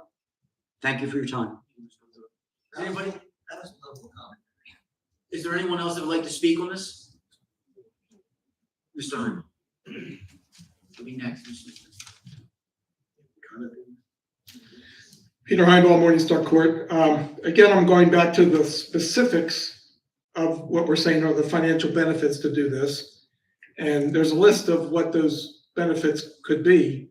But like I said, only $70,000 per year is itemized and specified. The rest is just a list without dollar figures or specifics or even a tracking mechanism or a future assignment of a specifics to it. I think we need more of that. If we're saying this is worth it for the people of the town, and again, I'm agnostic on the decision, just want it to be worth it. If this is going to be worth it for the people of the town, it needs to be worth more than $70,000 a year in savings, or that's not that doesn't sound like a reason. And here's an example of a non-specific. That we should try to get specifics in some of these dollar numbers and report them and track them and measure them. And Mr. Cardis tell council what the progress is on achieving these savings. That's what should be done. And this application is nowhere close to doing any of that. But one example, it says one benefit is the township collects property taxes at 99.7% collection rate. That's true, and that's great rate. The MUA collects their billings at 93.7. So that difference, that's going to be a benefit to this dissolution and merger, but it doesn't say how, or like, are we saying that this 93.7 collection rate the MUA currently has is going to increase after this merger? Doesn't say how, it just doesn't even say it's going to get better. It just compares the two and lists it as a financial benefit, but it doesn't. Yes, good. So what'll happen is they will become part of the accelerated sale. Right now, they're not. They are in a sense, but they also have a February quarter that comes due. And that causes them not to be in a position to collect the amount of money that we're collecting on taxes, which is close to, I believe, 99.7%. So absolutely, we anticipate that they're going to be up closer to 100%. Well, the 99.7% is because we have a property tax collection department. Accelerated sale. You have an accelerated sale. The sale happens within the same budgetary cycle that we're in. Their sale will also be within that. Their budget will become the same as our budget. It will be a calendar year budget. So the reason the MUA isn't collecting this lower rate now, it's just Because the of way you're reporting it. Because of the February. So this payment. that isn't a benefit then. It's just the timing. The MUA is collecting higher than the rate that's listed here. It's just the timing of your budget cycles and things like that. So this isn't even a real benefit. We don't necessarily see what they're doing in February of the following year. But we will know in the current year when we have the accelerated sale, that they were closer to 100% than they are right now. And I believe they're at 92, not 93. Okay, the application says 93.7, yeah. But we don't know. I mean, you just said we don't know, it's because of budget cycles. Okay. There's too much there's only $7,000 per year with specifics in here for doing all this. But there needs to be more. There needs to be more calculations done on the savings, and then those savings measured and tracked and reported to council. I think you should ask for that before approving this. Thank you, Mr. Heinball. Anybody else? Ms. Coyne?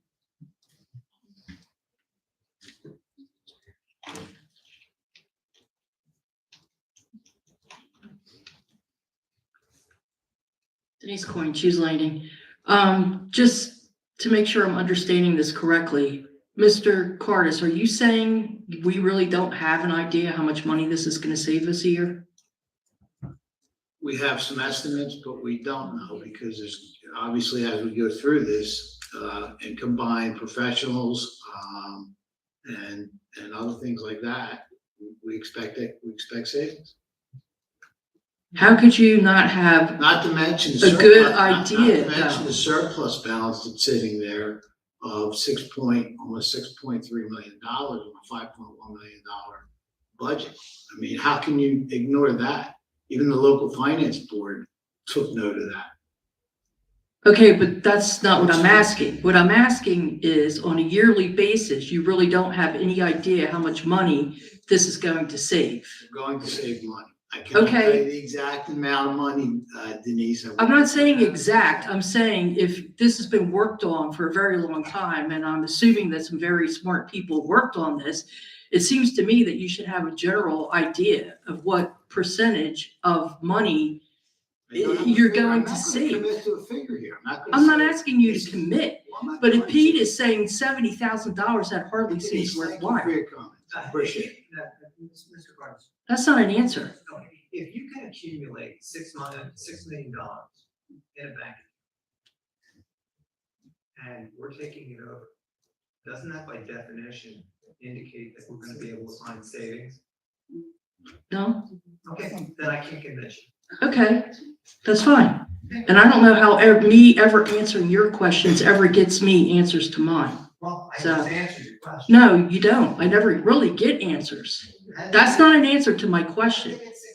You asking me questions is not an answer to mine. How do you accumulate $6 million if you're billing for services, okay? And you bill in excess of what you need, and you accumulate $6 million, Mhm. doesn't that by The definition? township has a surplus every year, don't they? Doesn't that? Does the township have a surplus every year? $80 million? Yes. Doesn't that by definition suggest that there's tremendous savings that can be had? Well, by the township having a surplus every year, does that suggest that the township is overbilling its residents also? A $3 million surplus on a $75 million budget? Again, For real? you know, me answering your questions doesn't ever get me answers to mine. It was a simple question. If you're doing something like this, if somebody came to me and said, oh, Denise, I wanted you to spend a year figuring this out and doing all this work, and when you're done, I'm going to give you $7. You know what I would say? You're out of your ever-loving mind. So if he's saying $70,000 and you're telling me you really don't have any idea, $6.3 million. that's how much money we're going to save, $6.3 million. That's what they have sitting in this surplus. Yeah, I know, that's the On a money that the $5.1 township is million getting to budget. balance our budget this Okay, year, I get compare our that. $75 million budget, $3 million surplus. Something's not right there. Okay, there's a lot of things that aren't right with the township's budget either, but here we are, I you get it, know? Denise, you're not in favor of it, okay? I didn't say I wasn't in favor. Do I have enough information to even decide? I don't think so. So that's my point. How do you- How do you, the boards mean nothing to me, okay? The boards mean nothing, okay? All the boards in this township are stacked with people that are all friends and relatives and neighbors and Democrat committee. That doesn't mean anything to me. Hold on, Ms. Quinn. On the question, are we required as a council, as a township to have a surplus? And if so, how much? No, you're not. You're lucky to have a surplus. No, it's supposed to equal zero. And the same question goes to the MUA. Are they required to have a No, surplus? it's, And their surplus Very is more high. than their annual budget. right. That's what I was saying. We have a surplus every year too. Yeah, we do. Yes. And I think a surplus is important in case catastrophic things happen and we have that to fall back on. Right, so it'd be nice to have $6 million in the MUA budget in case something catastrophic happened. Yeah, that would be Well, if nice. their budget's 5 million, it's more than their actual yearly budget, so that just seems to me, just personally, that's way out of line. Well, it just At seems to home, me I don't if, have more in my account than I make a year. if we're really going to save a decent amount of money, I think you should give it back to the residents and let them decide how to spend it. Because the township and the way they spend things isn't always the best. So, you know, if you could save me $30 a year, I'd rather have the $30 a year than pickleball courts, so just saying. That's your opinion. Thank you. Anyone else? Opinion, and That's I'm right. entitled to it. That's right. Ms. Smithman? Yeah. Yeah. Is there anyone else that wants to speak before Ms. Smithman? Okay. Ms. Smithman, you'll be the last speaker. I was actually already speaking, Councilman Mignon, who said that I had to sit down and wait again. So do you mean I can say everything I have to say, or just what you give permission to according to the time that Mr. Cardis You can just said? speak. Go ahead. Is it an unlimited amount of time, or do I have 5 minutes? We're on the ordinance, it is an unlimited amount of time. May you please turn off the clock, it's distracting. No. Look at me, look at it. Go ahead. We're not gonna worry about the clock, go ahead. Then why is it running? Don't worry about Speak. it. Go ahead, Ms. Can you Smithman. pause it? Just don't even ignore it, go ahead, speak. What do you Can't you want- pause it if What would you like to add on this ordinance? I have to, the clock is very distracting. Could he pause it, or? Tom, can you please pause the clock? Or shut it off? Go ahead. You're saying that now that it's a private organization for the utility, Government, yep. it's no longer government, or it's a private government? Mr. Carter. It's still government, it's not private, it's township, not a authority. It's no longer an authority. It's Township department, utility department. And that runs through the renters within the town, because I'm living in the SDK Millbridge Gardens apartment complex. They charge me something called a sewer reimbursement. You have to talk to them, they do a CCMUA reimbursement. It's more than $40 per every 3 months. Have you spoken to your apartment complex manager? I pay what I'm charged. But you're charged. Well, actually, I'm not permitted to pay. The payee that accidentally received close to $100,000 without my name on it, only my social security number, became what is called a payee for the social security disability insurance benefit, and I'm not permitted to pay my own rent. And for the last more than 1 year, they send me notices saying that I'm a threat of eviction because they are not paying the rent, but I'm not permitted to pay it. They have to pay it because they're the payee, but they won't explain how that happened. Does your apartment complex charge you this month? It comes on a statement. I took funds that I requested and there's a credited amount. Does that put somebody as a renter at liability for a tax sale against their character or against? Well, the renter doesn't own the property, correct? I understand that, but I paid the water bill for my parents, Harry Cortland Smithman and Gail Smithman. She's now Gail Tamora. But we're But- talking about your apartment right now, and you asked the question. Well, because I heard that since the change, that the amount might increase or decrease depending on the savings, apparently. But as a renter, I'm charged more than that for something that's just called a sewer reimbursement. I've never owned a home because I've never been married. I never had the physical health to maintain a 40-year prediction into the future to make a So payment. if your apartment complex doesn't pay that bill, then there'd be a tax sale, but that's not your fault. That's your apartment complex. Well, I would understand that, but it's Okay. just me standing here asking questions here. I'm told to sit down with the protocol was set, that we're allowed to speak, and then I'm told to sit and I have to come back up. So right in front of you, what is supposed to happen and what actually happens is very different. Do you have anything that you want to add else to this ordinance, Ms. Smithman? And you're changing, you're leaving on the members also, correct? Some of the administrative portion for what was the municipal utility authority? The answer is yes. I mean, It says here that the Township of Gloucester, that all present authorized and approved professional service counseling contracts, contract of insurance, contract for administrative related services, and contract for sewer plant and line maintenance services shall continue and extend through December 31st, 2023. That's the resolution, that's not under the ordinance. That's the resolution that's added to the agenda. That resolution was requested by the administration so that there's no misunderstanding with contracts that are out there. That's, You know, there's been any contracts- misunderstanding. Contracts are going to be continued, so it gives the administration an opportunity to analyze the contracts and the benefits of those contracts. And we wanted to make sure that insurance, specifically were continued. You didn't have an insurance company saying, well, the MUA is dissolved, therefore the policy is dissolved, and then the liability occurs. So it's clear that contracts are continuing through December 31st, and if the administration, which is the mayor's administration, decides that it has to continue for another 6 months during this transition, that those contracts are going to continue at least through May 31st, 2024. Well, working in a tax office. That has nothing to do with this ordinance, though. That's the resolution, that's the second add-on resolution. While working in a tax office, I did discover that taxes are different whether you work for the government or through a private entity. It's different. There's even something called a railroad that's different. Like it's a different set of paperwork. It's a different liability that's owed to the local government or all government, actually. Since this is changing, does that change their liability to the people that are continuing on without being a part of the municipal utility authority? I'm not sure I understand that question. Well, the liability is different when it's a government entity. Like if you work for the government, your tax liability is different. That's all I know because I'm not a tax preparer. I'm done. You know, I pay people to do my taxes and. The MUA was a local government service also. I'm not sure if I understand your question. The Well, MUA was a local government It service. was, and now what took it over is not. So it's still a local government service.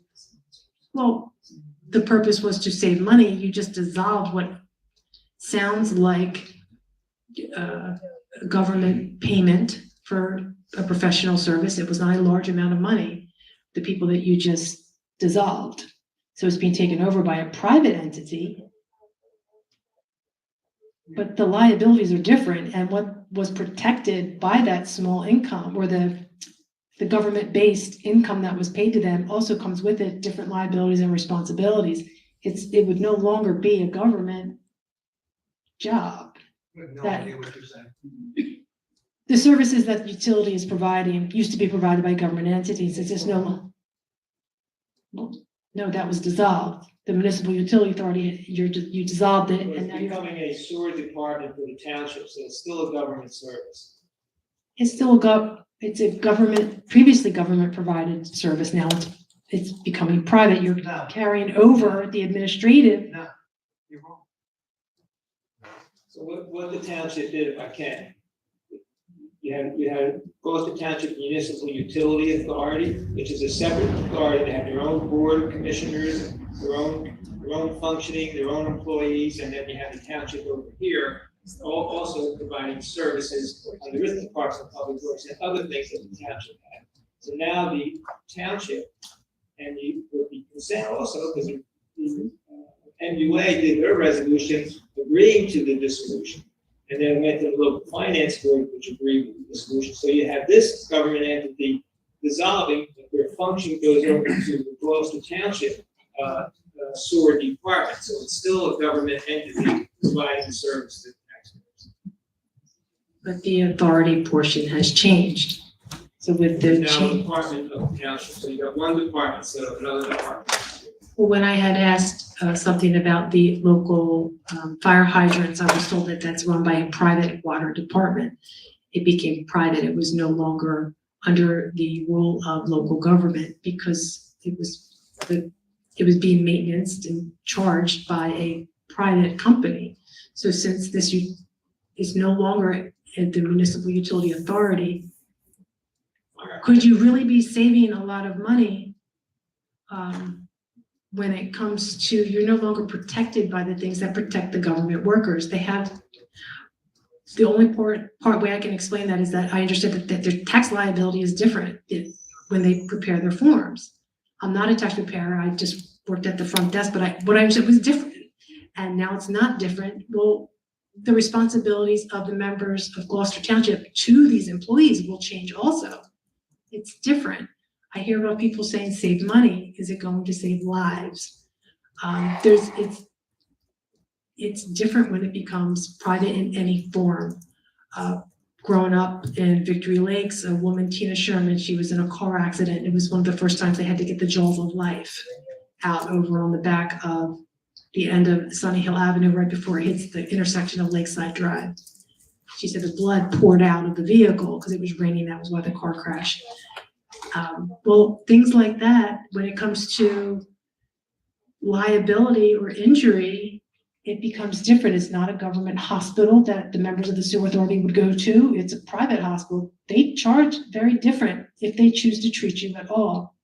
It's a different body of business because it's no longer really, it's not truly intact as a body of government. It becomes different.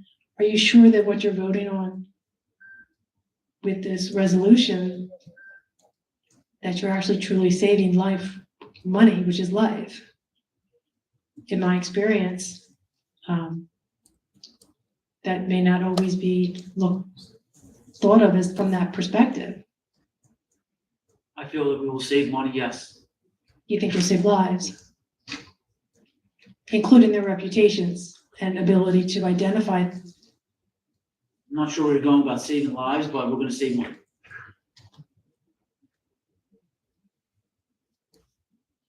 Well, you think you are.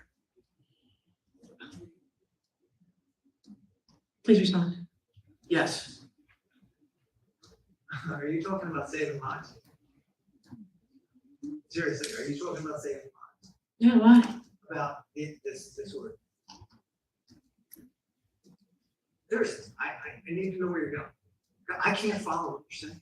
I really can't. Well, we had over a year of discussion for the year 2022 where you couldn't follow most of the time. That's okay. I agree. I have trouble catching up too, but I don't hold the title of member of council and I don't hold the title of Esquire either. I don't understand what you're saying. I really don't. I'm sitting Well, here, what- I'm trying to pay attention to exactly what you're saying. But you're talking about saving lives with this ordinance, correct? It's a resolution. You asked the question. Are we gonna save lives with this ordinance? Is that what you asked? Excuse me, those members of the two unions are represented by unions, right? And they would make sure that there's safety guidelines for them, which they've always done, so they'll always be safe, so, There's OSHA, yeah. and there's OSHA. Permission to address Councilman Troxel. Albright Troxel. Thank you, Mr. Councilman Albright Troxel. Did you understand what I was trying to explain, or the question that I had?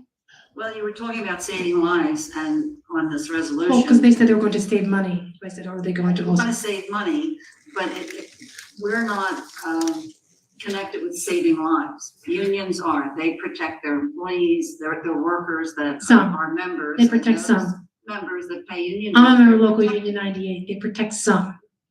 It should I'm protect standing here. everyone, and if they're I'm not standing here with the protected, they inability file a grievance. to properly I was identify. a union president for a long time. I understand what I'm talking about, so please, if you want to hear what I have to say, listen. And then if you want to speak, I'll listen to you, okay? The union protects them. We're worried about selling, not worried, we are concerned about the process of this resolution. As far as their lives are concerned, their unions are representing them with that to make sure that they're not in harm's way. There's also a human resources department to help with the, I still don't know what human resources means truly. I've never spoken to a human resources department anywhere. But I do hear members of the council, and I don't know what Smith, do position you have anything else you want to add to this ordinance? can you please ask if Mr. Councilman Hutchinson is following the conversation? He is. Does he understand it any more than he did? Well, you heard Ms. Troxel writes a response to it, yeah.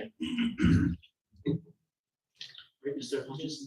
Okay, so you're not truly sure whether or not the different liabilities will increase, to whether or not you would be really saving any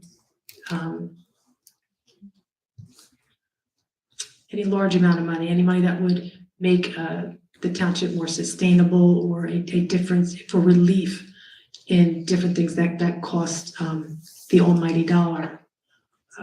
You're not really sure of that because, like I said, now that it's no longer the total entity of government, the cost for the insurance and the administration, all of these things could increase without any ability to predict how much it would increase. All indications, Ms. Smithman, are that we're going to to be able to save money. And my point is this, you don't accumulate $6 million when you have a $5 million budget without having the prospect of saving substantial money. Unless the person that it was intended to assist didn't have access to it. Unless it was being improperly managed and you just happen upon the bulk amount of what's left after a large theft. Don't you think that would support the position that I just said? If it was mismanaged and you accumulated 6 million and you properly managed and no longer have such surpluses, well, then that supports the position that this governing body may decide to that. Do you agree? I have trouble following you. Okay. Anything else, Ms. He's, I truly am having trouble following him. He's saying that let me try to explain to you where I'm not totally in touch with your conversation. You are trying to explain that because there's a surplus amount of money that proves that it was mismanaged? No, you used the word mismanage. Okay, you use that. Well, I can't really use these words because the police don't victim search. They don't victim search and they don't contact you if there's any suspicions of it. So Ms. Smithman, do you have anything else to add to this ordinance? I'm trying to understand Councilman Hutchinson's Listen, he's saying the position. administration, they're gonna do their due diligence to look to save money. So it's only to save money. It doesn't necessarily reflect the services that will be provided through the sewer authority, which would be water in and water out. Clearly, we would want to maintain or improve the level of services as well. Right, and the amount of money that's being transferred, there'll be a record of that, Sure. an accurate record. Do you have the records from where it was originally placed into the authority's account? When it was part of the municipal authority, do you have the records from when that money accumulated? Will you be given access to the history of the records of the financial transactions that created that abundance? Not something that was deleted and put in and just shows a bulk amount going in, to show how that money became accumulated and became a surplus with them before it's transferred to the Gloucester Township financial section. What is that? Mr. Carlin, there's audits, annual audits of the evaluation. Annual audits, public information, and I'm sure there are audits not just for 1 year, but perhaps more years provided to the local finance board as part of this entire process. It's available to our administrator as we start to go through this process of the transition. So the longer and more we get into it, the more information and knowledge we will have to answer those type of questions. Because I think those questions are important. Like I said, it's just a common citizen being faced with an entire company that is designed to assist people with their therapy with no contact whatsoever and a very large amount of money that is not explained at all. And after working several jobs beginning at 16 years old till the year 2014, a lot of people died with this very similar situations. And now you just dissolved a water department. Dissolve and Yeah, I received the funeral cards and all the people that got absorbed. I can't necessarily make it to properly send them off to where God rest their souls. So you will have access to those financial records, and if there is any discrepancies, you'll hand it over to the local police. So they don't need to victim search, they will actually have a victim. Sure. Thank you. You're welcome. Are there any other questions? Seeing none, that'll close the public portion. Make a motion to accept ordinance O-23-02. I'll make that motion. Is there a second? I will second that motion. On the question? Roll call? Mr. Hutchison, Yes. Ms. Grace, Yes. Mrs. Albright Troxel, Yes. Mrs. Walters, Same. Mr. Mignon. Yes.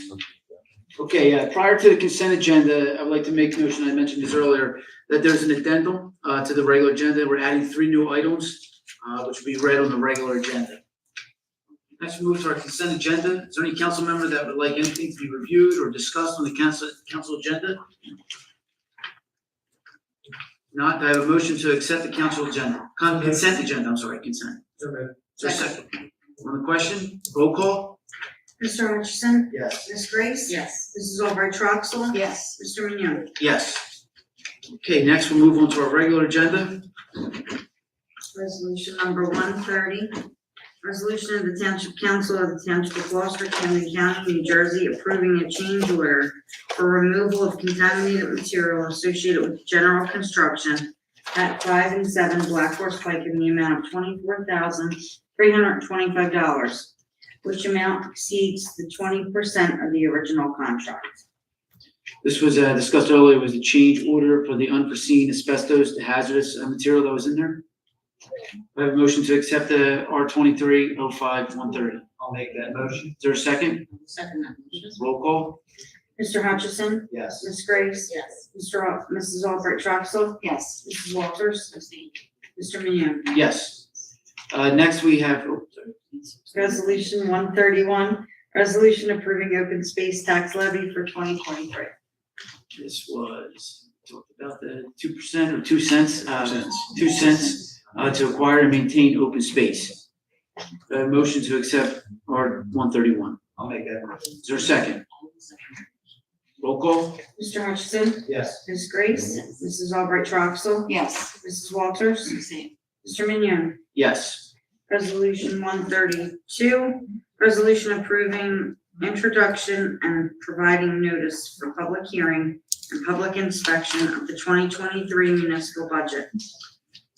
This is the budget that was handed to us all tonight here. I do know the initial numbers that it does show a 0% increase.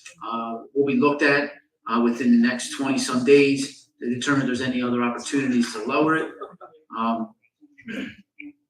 Do I have a motion to accept R-132? So moved. Is there a second?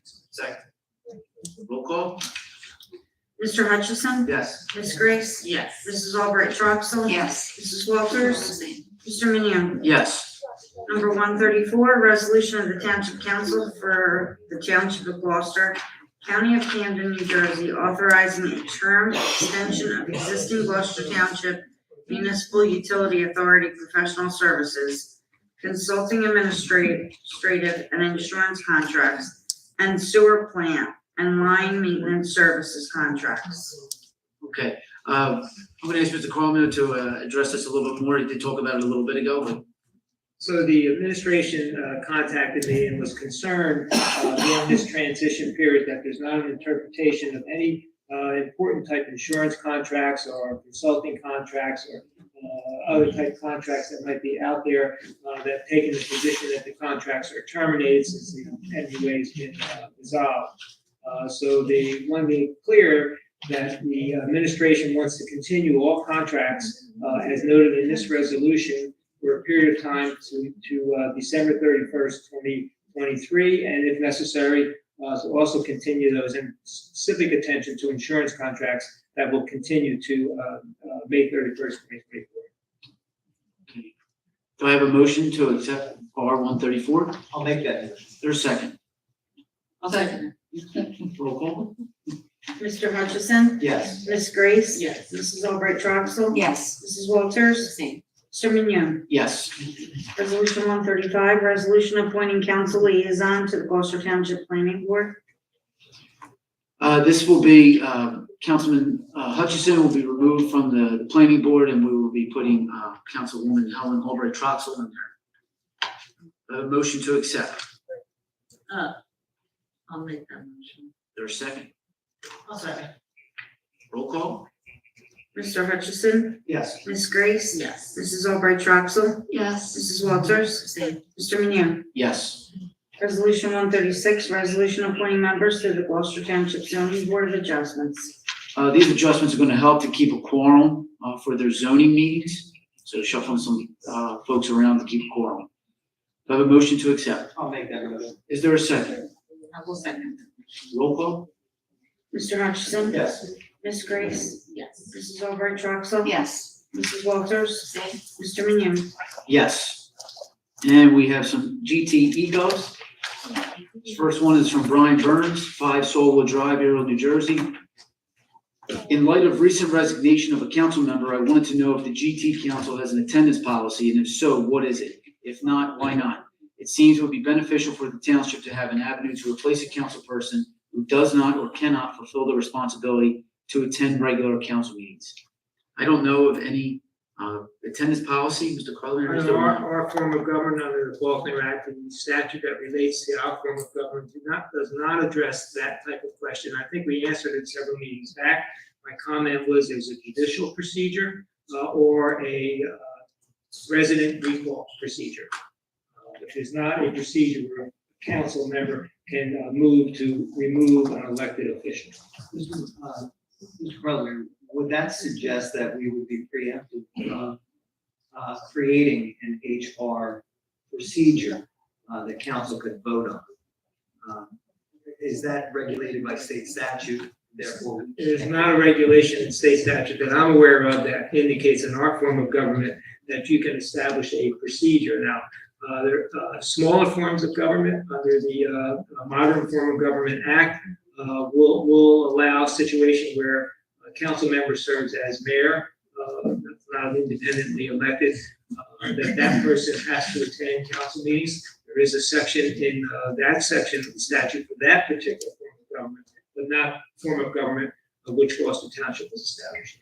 So I would say if you took action to remove, you do not have jurisdiction to do that. Not to say you can't have someone file an action in the judicial process, but then again, statute talks about unexcused issues, and if there are medical issues, which were several, the individual you're speaking about had several issues of not well, could not attend.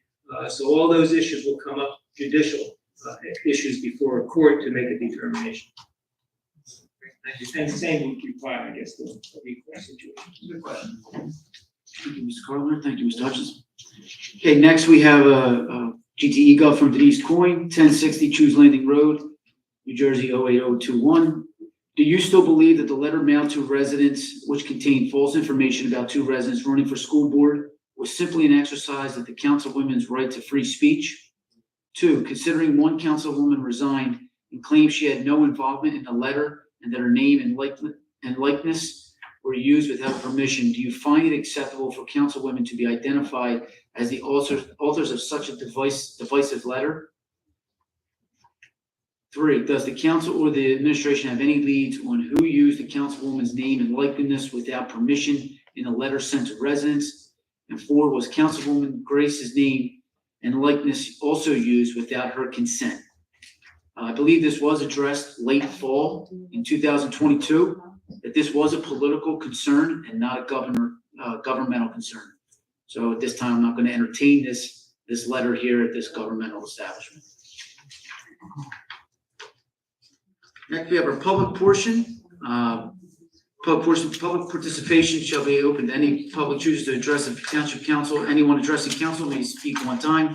Once all those wishing to address council have had their turns, and may address the council a second time if time does add to it, if they're not repeating their earlier statements. We keep it for 5 minutes per person at 30 minutes.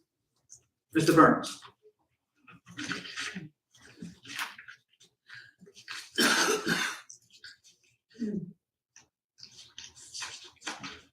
Good evening, council.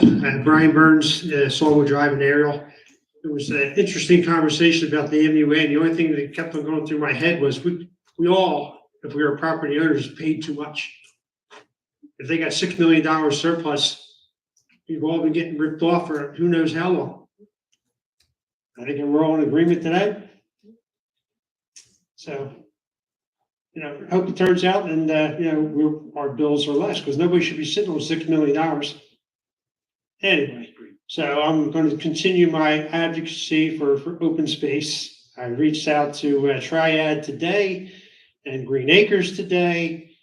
They got kicked back. It's now in the township hands. Again, this is either the second or third time that Green Acres kicked it back. It came back on May 5th. Triad has it again. It's now been 18 months since Triad was given this responsibility. I honestly have lost faith in Triad. I don't think they have the confidence to follow this thing through. I mean, why is it getting kicked back again and again and again? Green Acres, I'm not seeing the documents, so maybe I'm ignorant of the process. But if they kick it back once and Triad makes the adjustments and sends it back, Green Acres says this is not good enough, and they send it back again. And here we are, 18 months, and we're still not even probably close to a deal, because once the Rossi is approved, Green Acres has to come in, they have to inspect the property, they're gonna make up a list of things that have to be done. I mean, this is bureaucracy stalemate at its finest. I mean, I worked for a government for 37 years, and I thought the place I worked at was slow getting things done. So I don't know if it's Green Acres, I don't know if it's Triad, but it's kicking the can down the road over and over and over again. And I hope you feel my frustration. And I would like to see you guys, grab the bull by the horns and say, let's get this thing done. Why is this taking 18 months? And there's probably still 6-7 months yet to go. Brian, Yes. as I told you before the meeting, I was walking through the national parks in Virginia. I thought of you, and I'm gonna be honest with you. I'm gonna find out what's going on. I don't know why it was kicked back. I'm taking that face value, but I'll look into it. Okay, Thank because we need to preserve that. We need to. I agree. That is so important to have open space for the people of this town to walk in. And it was a luxury I was afforded in Virginia, and I'd like that luxury. Yeah, and what we have here is quickly disappearing. And a lot of this is wetlands, so it's not, the greatest property in the world to a building. There's no sewer lines back there. It's full of wildlife. It's full of wetlands. The beaver dams I didn't see any of the beaver dams in the national park I was in down in Virginia, but you showed me the beaver dam on this property. The beavers are all over the place. Yeah.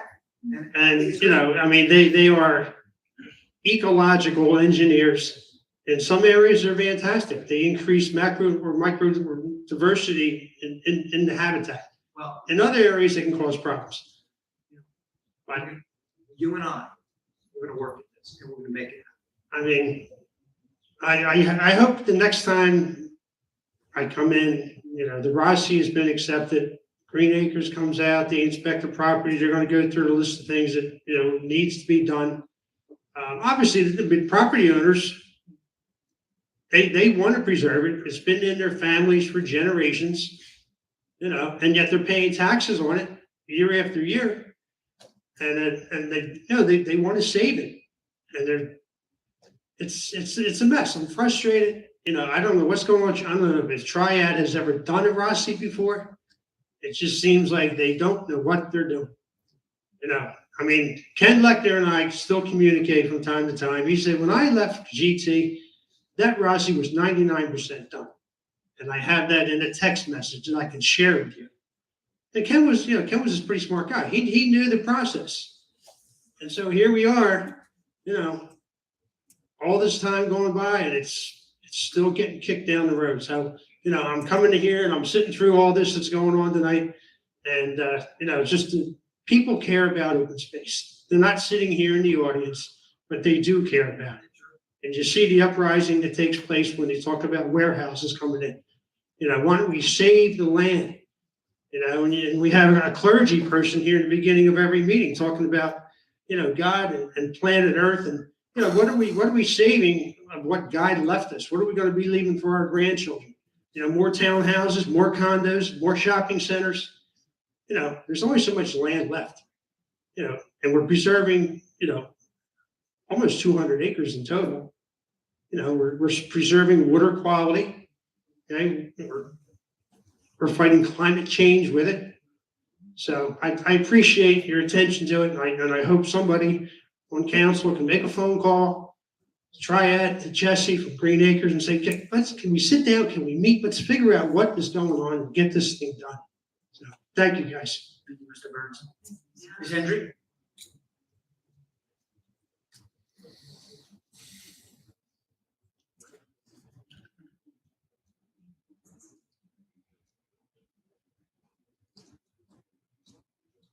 Good evening again, Dina Hendry, Summerdale.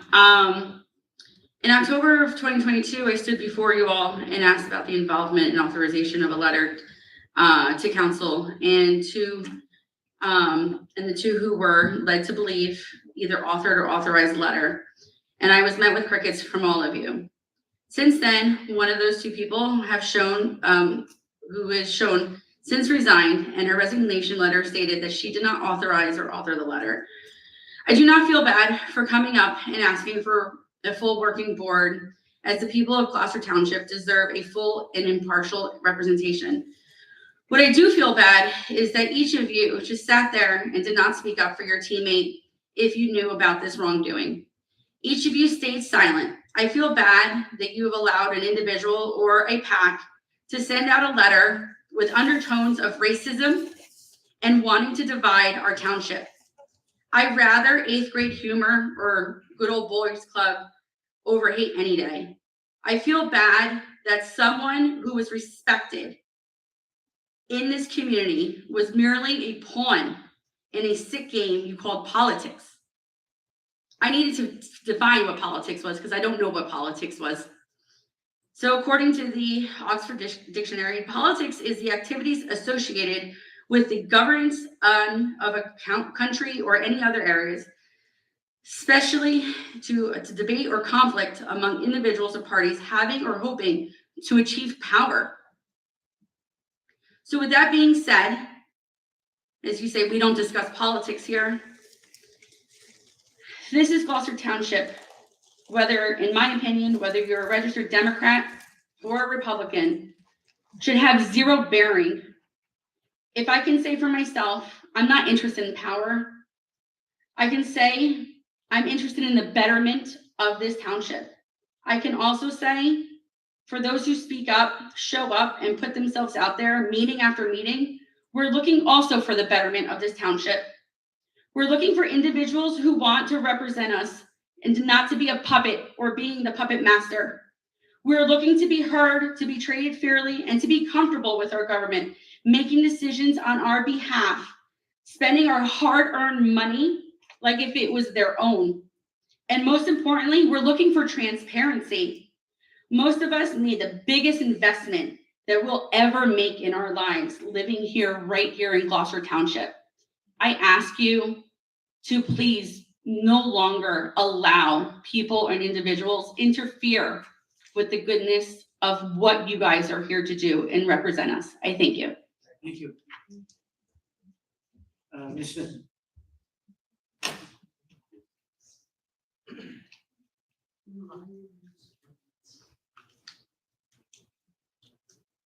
Good evening, Council. My name is Shaughnessy Smithman. I live in the SDK Millbridge Gardens apartment complex on Millbrook Court, apartment 341.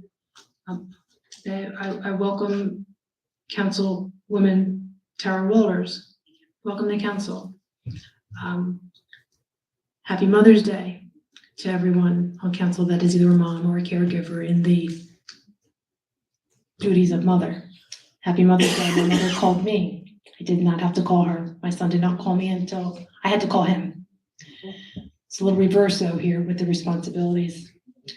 Guardianship. So happy Mother's Day, everyone. Belated, but just the same.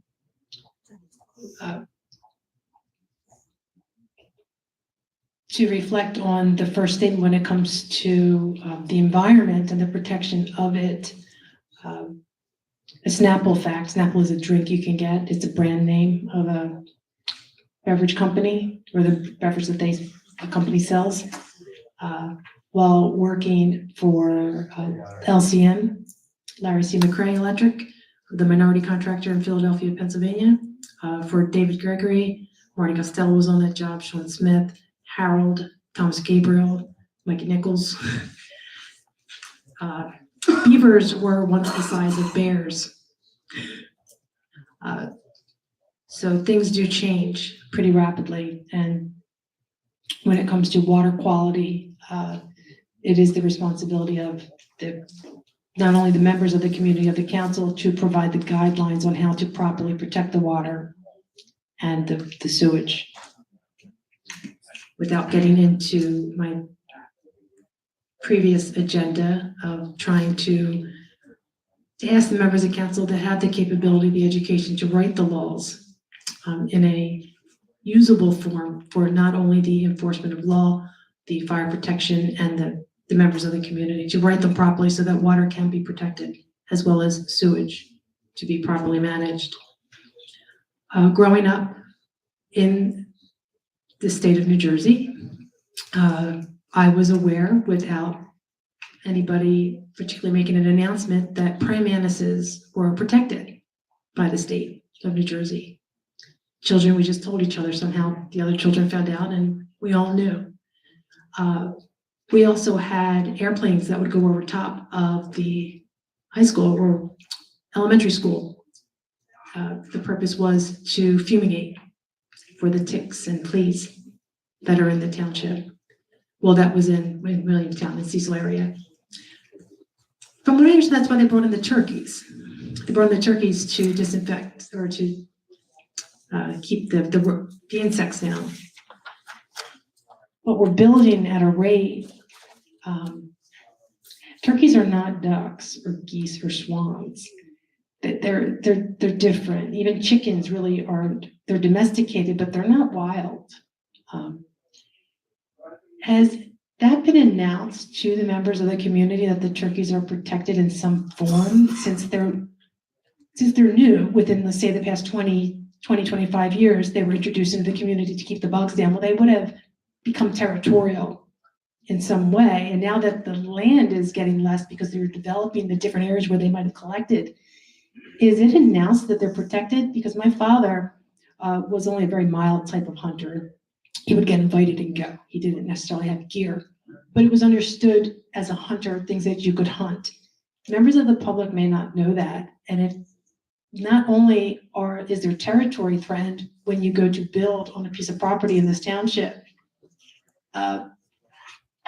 if someone chooses that they want to try to hunt their own game, that threatens a species that we brought in. We brought them in to work.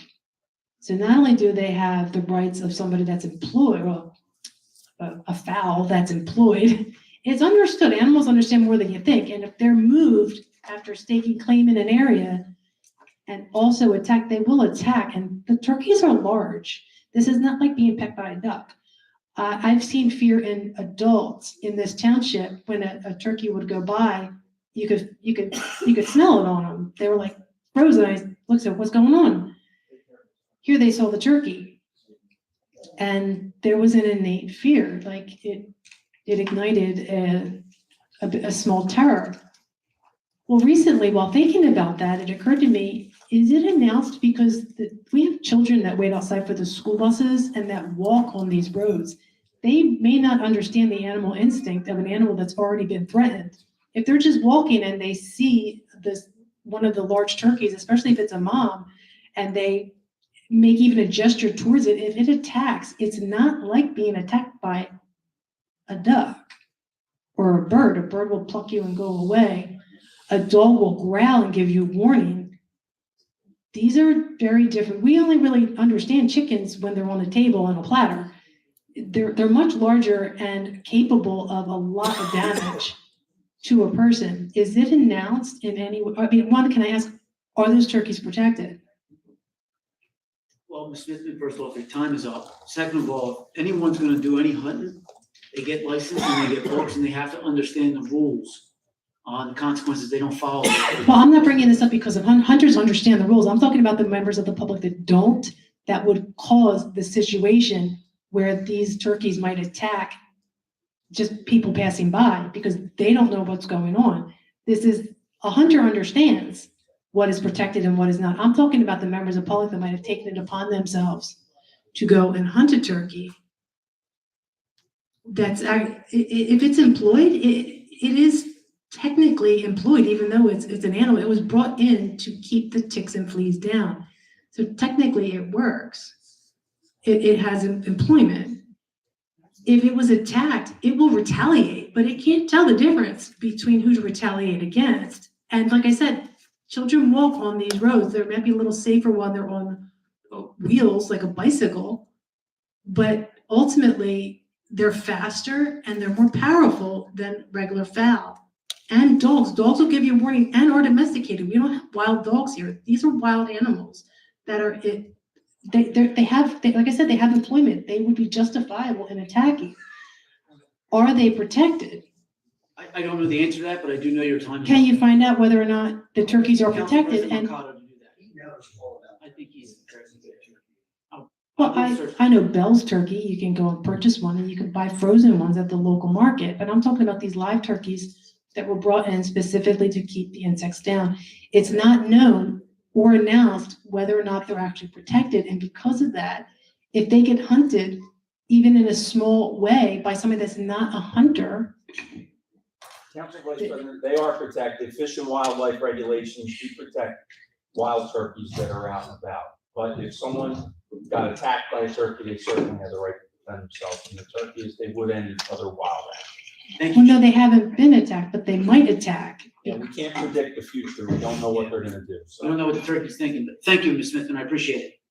Thank you, Chief. Ms. Coyne? Thank you.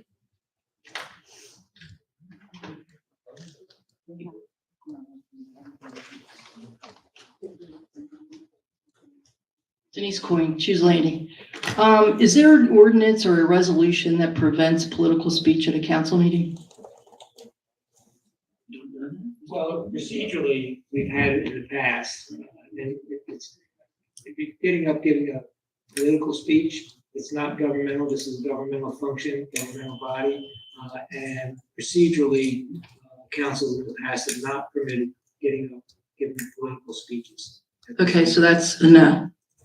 Okay, so there is no resolution, there is no ordinance, and your agenda states that people can discuss anything at the public portion, correct? Discretion of council, anyone can stop. If it's a political speech, I don't know what you're calling a political speech, or the council president, or in this case, council vice president running the meeting, can indicate that you're out of order. Okay, so the questions that I'm asking come from a council meeting where there was a very long discussion regarding this letter. It went on and on. Several people were allowed to discuss it. Council replied to those discussions. So this was an open discussion that was previously had on a council meeting that I'm referring to in my eGov questions. So I would like to know how it is not a First Amendment violation for you guys to pick and choose which questions you answer and from what people you answer those questions for. I'm a citizen in this township. I have a First Amendment right to redress my government. That's what I'm doing. I'm asking you valid questions regarding a previous council meeting and a letter that was sent out identifying 2 councilwomen that went to residents and said community action was needed. I have a right to question the judgment of that letter. Well, I recall the last meeting many, many months ago when that was discussed. The question was put to me if I knew, and I said, no, I've never seen the letter, and I don't know. I could not answer it. And the same answer came from other members of this governing body at that meeting. That bringing it up again seems to be bringing it up for political purposes, where the answers are going to be the same. That's your opinion. Not something. That's your We're opinion. asking this government to find out who politically put that out there? That's No, not- I am asking my government to explain to the residents how a councilwoman can resign, stating that she had nothing to do with the letter that went out that identified her as a councilwoman. To me, that's troubling. That's her statement. And her. She said she didn't make that statement. That's what was said to this That's her statement. people at the meeting. I don't see. what No, the her issue is. statement was she did not That's correct. She said authorize she- that letter. That's what she said in her letter of resignation, that she did not authorize that. That's correct. That's what she said. So. So my questions are, as a body of council members that represent the public that are supposed to be able to have a level of trust with our government and our officials. I think the public deserves to know how this could happen. How can a letter be sent out identifying council members, community action needed, going to residents? How are we supposed to trust our government if something like that is allowed to happen and none of you people care? Are you insinuating that government put that letter out? I did not. I'm insinuating my government is not finding out how that happened, why it happened, who's responsible for it, and restoring some trust with the residents of this township between the residents and our members of council. If anybody at this point is being political, you are. Oh, really? Absolutely. Oh, okay. What you're asking this government to do, apparently, as I understand it, is to do a research out there, whether it uses police force or other enforcement investigations. I didn't say that. You're asking them to find out who did it. We have a councilwoman sitting right here. Did she have anything to do with that letter? Did she authorize it? I will share this. When I got information to how to respond, I was at a an event, and I responded to, I forget her name, she gave those speeches. What's her name? Dina. I responded to her. We had a lively conversation. I said I would speak to her outside of council chambers. So I kind of was not, she shared that we're getting crickets. I responded to her. So she accepted my conversation and we moved on. You don't think the rest of the residents deserve an explanation? The reason why there's no more discussion about it is because she has the answers, and if she does not want to share my conversation with you, then. Okay, well, if she asked you and you answered her, can I ask you, will you answer me? I do not want to have that conversation inside of council chambers, and I'm done with the conversation. I had it with her and I shared it.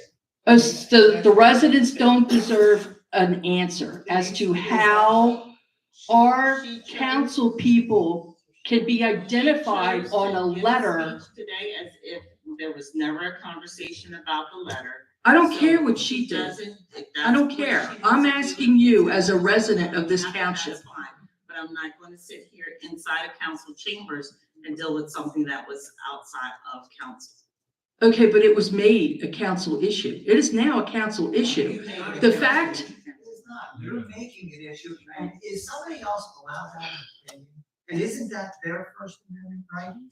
Isn't that protected? I'm not talking about anybody's opinion. I'm talking about the fact that a councilwoman resigned, stating that a letter that went out that identified her as authoring something that went to residents that said community action is needed with 2 councilwomen on it makes that governmental. To me, if I didn't know you guys and know this council and I got that letter, I would be concerned. Oh, we have councilwomen telling us community action is needed.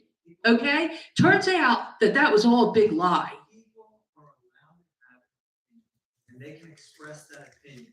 You would have us censor any opinion. As a government body, we can't. I didn't say that. I said that a councilwoman resigned, stating that she did not send that letter out. She had nothing to do with it, but her name was signed at the bottom of that letter. That is a trust issue between the residents and our council people who are supposed to be our representatives. This body does not engage in censorship, and that's. I'm not talking about censorship. Who's saying anything about censorship? I'm saying that there's a trust issue between council and the residents. That's what I'm discussing here. Trust.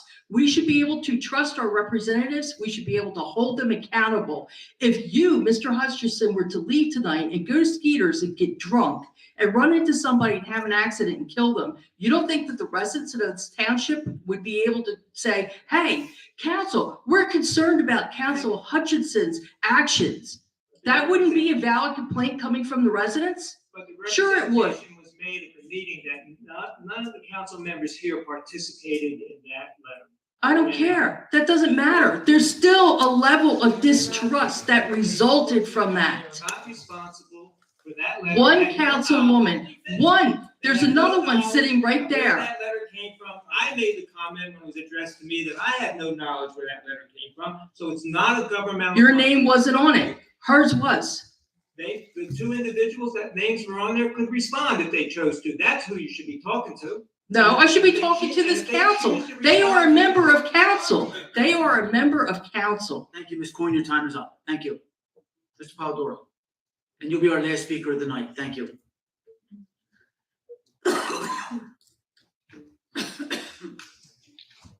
Again, good evening, Council. Ray Polidoro from Historic Village of Ariel. I'll try and keep this as diplomatic as possible.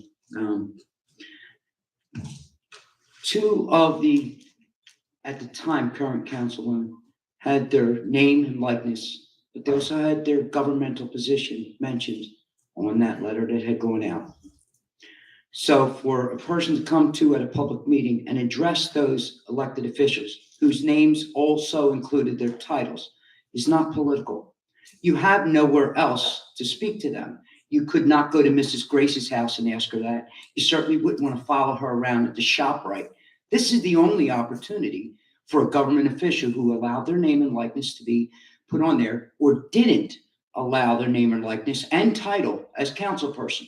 Now, Ms. Grace has chosen to take the path of least resistance, speak one-on-one and not address it publicly.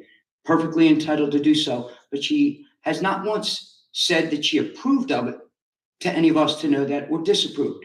Now, based on the letter and Mr. Colomer's acknowledgement of the verbiage on that, Mrs. Stubbs' name was used and her likeness was used and her title was used, and she is stating that she did not author and authorize that. And for the dignity of Mrs. Stubbs, who could not participate in a job that she seemed to enjoy, that's been an issue for some time, okay? Now, you're playing the hands-off thing that we didn't do it. Well, we all know the PAC that did it. We all know who's related to the PAC and the relations that we have with the several different PACs. You guys take money from them when you run for election. If you want to send a message and you don't agree that Mrs. Stubbs' name was used improperly and unauthorized, and Miss Grace was okay with it, but Stubbs wasn't, okay? Well, you have a way of dealing with that if you want to have some honor and respect and dignity and also show that to Mrs. Stubbs. Let's see what happens come election time. Let's see what happens when that PAC decides they want to donate a big chunk of money to you. You can send a message right there and then. Maybe you're not responsible, but let's see how responsible you are when that money's offered to you. Will you take money from that PAC? Is anyone willing to send a message back to that PAC that really misused Mrs. Stubbs' name and position and put that out there? Are you willing to tell those people when you're running for election this year and in 2 years, we don't need that kind of money. We don't need that because of what you've done to our fellow council person. Maybe you should stand up for Mrs. Stubbs a little bit better and stand up to that PAC, because what you're doing, the hands-off thing, and never, ever, ever confuse a council meeting and people's redress of their council members. You know, you call it politics. Well, you guys are politicians. That's what politics is. You now have a position. Politics sometimes plays a part of that. I play a part of it. We all know that. But the bottom line is don't back up to politics when it's convenient for you and allow it other times, okay?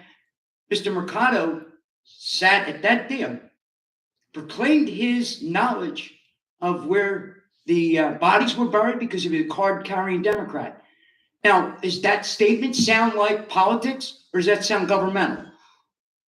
Be careful how you choose that. Be careful what you call political and what non-political. These are politicians.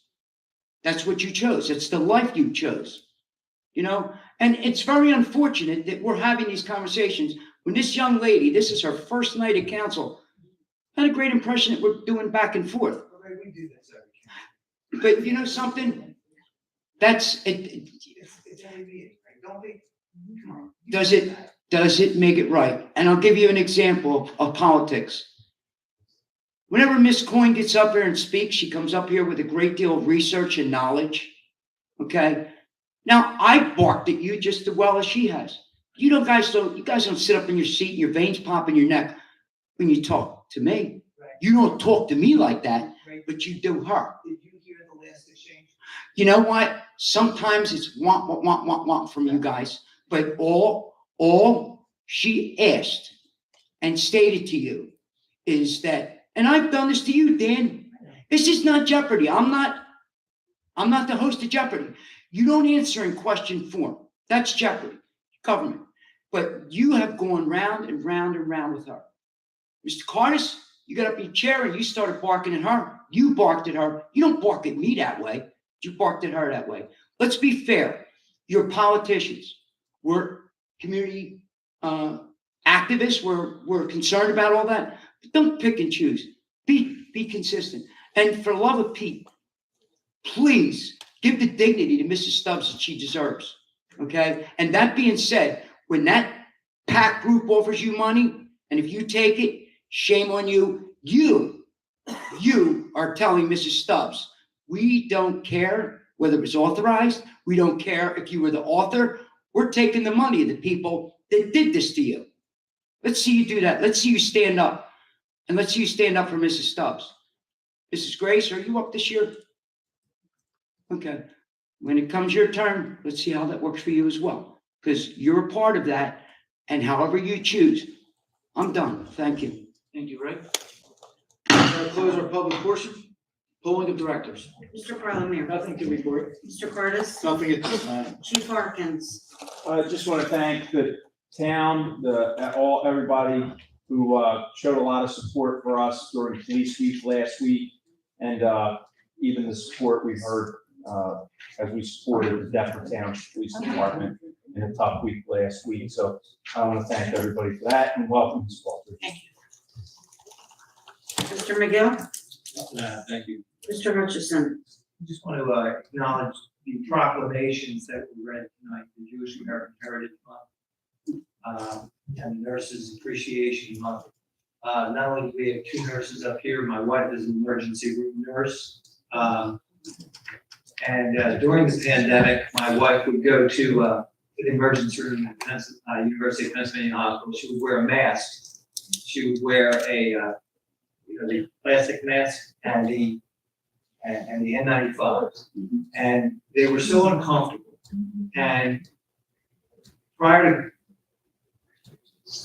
to going in, she wouldn't be able to breathe, and they would have to work 12-hour shifts, and it was just unbelievable what they had to do.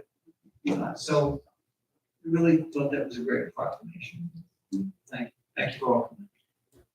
Ms. Grace. I did all the same for the proclamations, and just want to share that my daughter just became a nurse, just passed her boards, and I worked in a school district and watched the nurse during the pandemic, and I too echo your sentiments that I'm glad that we are honoring nurses and our Jewish American History Month, and that I will have an opportunity to learn more about our Jewish community. As a social worker, I definitely love to learn about different cultures and diversity and all that has to offer to our community. Welcome, yes, Councilwoman, Ms. Tara, and I wish you blessings on council, and it's much to learn. I'm still learning, even though I think I've been, a year, almost 3 years, 2 years and a half. So it's much to learn, and I, welcome you to council. Everyone have a great night. Safe travels home. Mrs. Albright Troxel. Congratulations, Tara Walters, on being a nurse and a councilwoman. I have a brother that's a nurse. I have a cousin that's a nurse. I have a daughter-in-law that's a nurse. But when I go to the hospital, none of them can take care of me because they're all different kinds of nurses that I never need at my age. But I respect the occupation of being a nurse. I praise them because during the COVID, I watched my daughter-in-law work 4 12-hour shifts right in a row. And then they'd call her back again because they were so shorthanded. And I just admire and respect them tremendously. And my cousin who's a nurse is also Jewish, so I appreciate that resolution also. And I want to say that up here on council, I think we're all our own individuals. We are not told what to vote. We read the resolutions. The resolutions are in detail that we get, and we read them all. And we know what we're talking about, but it's so much easier if the people that we pay up here to answer the questions for us, because they're the professionals and we pay them to do that. Before we all vote on anything, we read all the resolutions. We know the rates. We know all that. We don't live by it because some of us have other positions that we hold, but we read them all, and if we have questions, we do call our professionals when we're not at the meeting to make sure that when we're voting on something, we understand it and we accept it. And remember, we're all on the same team because we all pay taxes, and we all want our taxes to be as minimal as possible. And I want to thank you all for coming, and thank you. Mrs. Walters? I'd like to thank everybody, for welcoming me to this, council and taking the opportunity. It'll be fun. I'm looking forward to it. Thank you for recognizing the proclamations for nurses. I've been a nurse for 27 years, and I take pride in being a nurse, very honorable to be a nurse. And I thank you, everybody, for coming tonight. Mr. Mignon? Thank you all for coming. Welcome, Tara. Look forward to serving with you to at least December 31st. Healthcare is tough, and proclamations were perfect. We do need nurses, and we need a lot of allied health also. Like I said, healthcare is tough, but it's a treasurable, memorable duty, a call that I've been doing for over 31 years, and I thank my fellow nurses. There's also a Memorial Day service that's going to happen on Monday. It's going to end up here at Veterans Park. You can make it. Hopefully, it's a wonderful event. If not, everybody have a wonderful rest of the week and a wonderful Memorial Day. Thank you for coming. Have a motion to adjourn? Second? I'll second it. All in favor? Aye.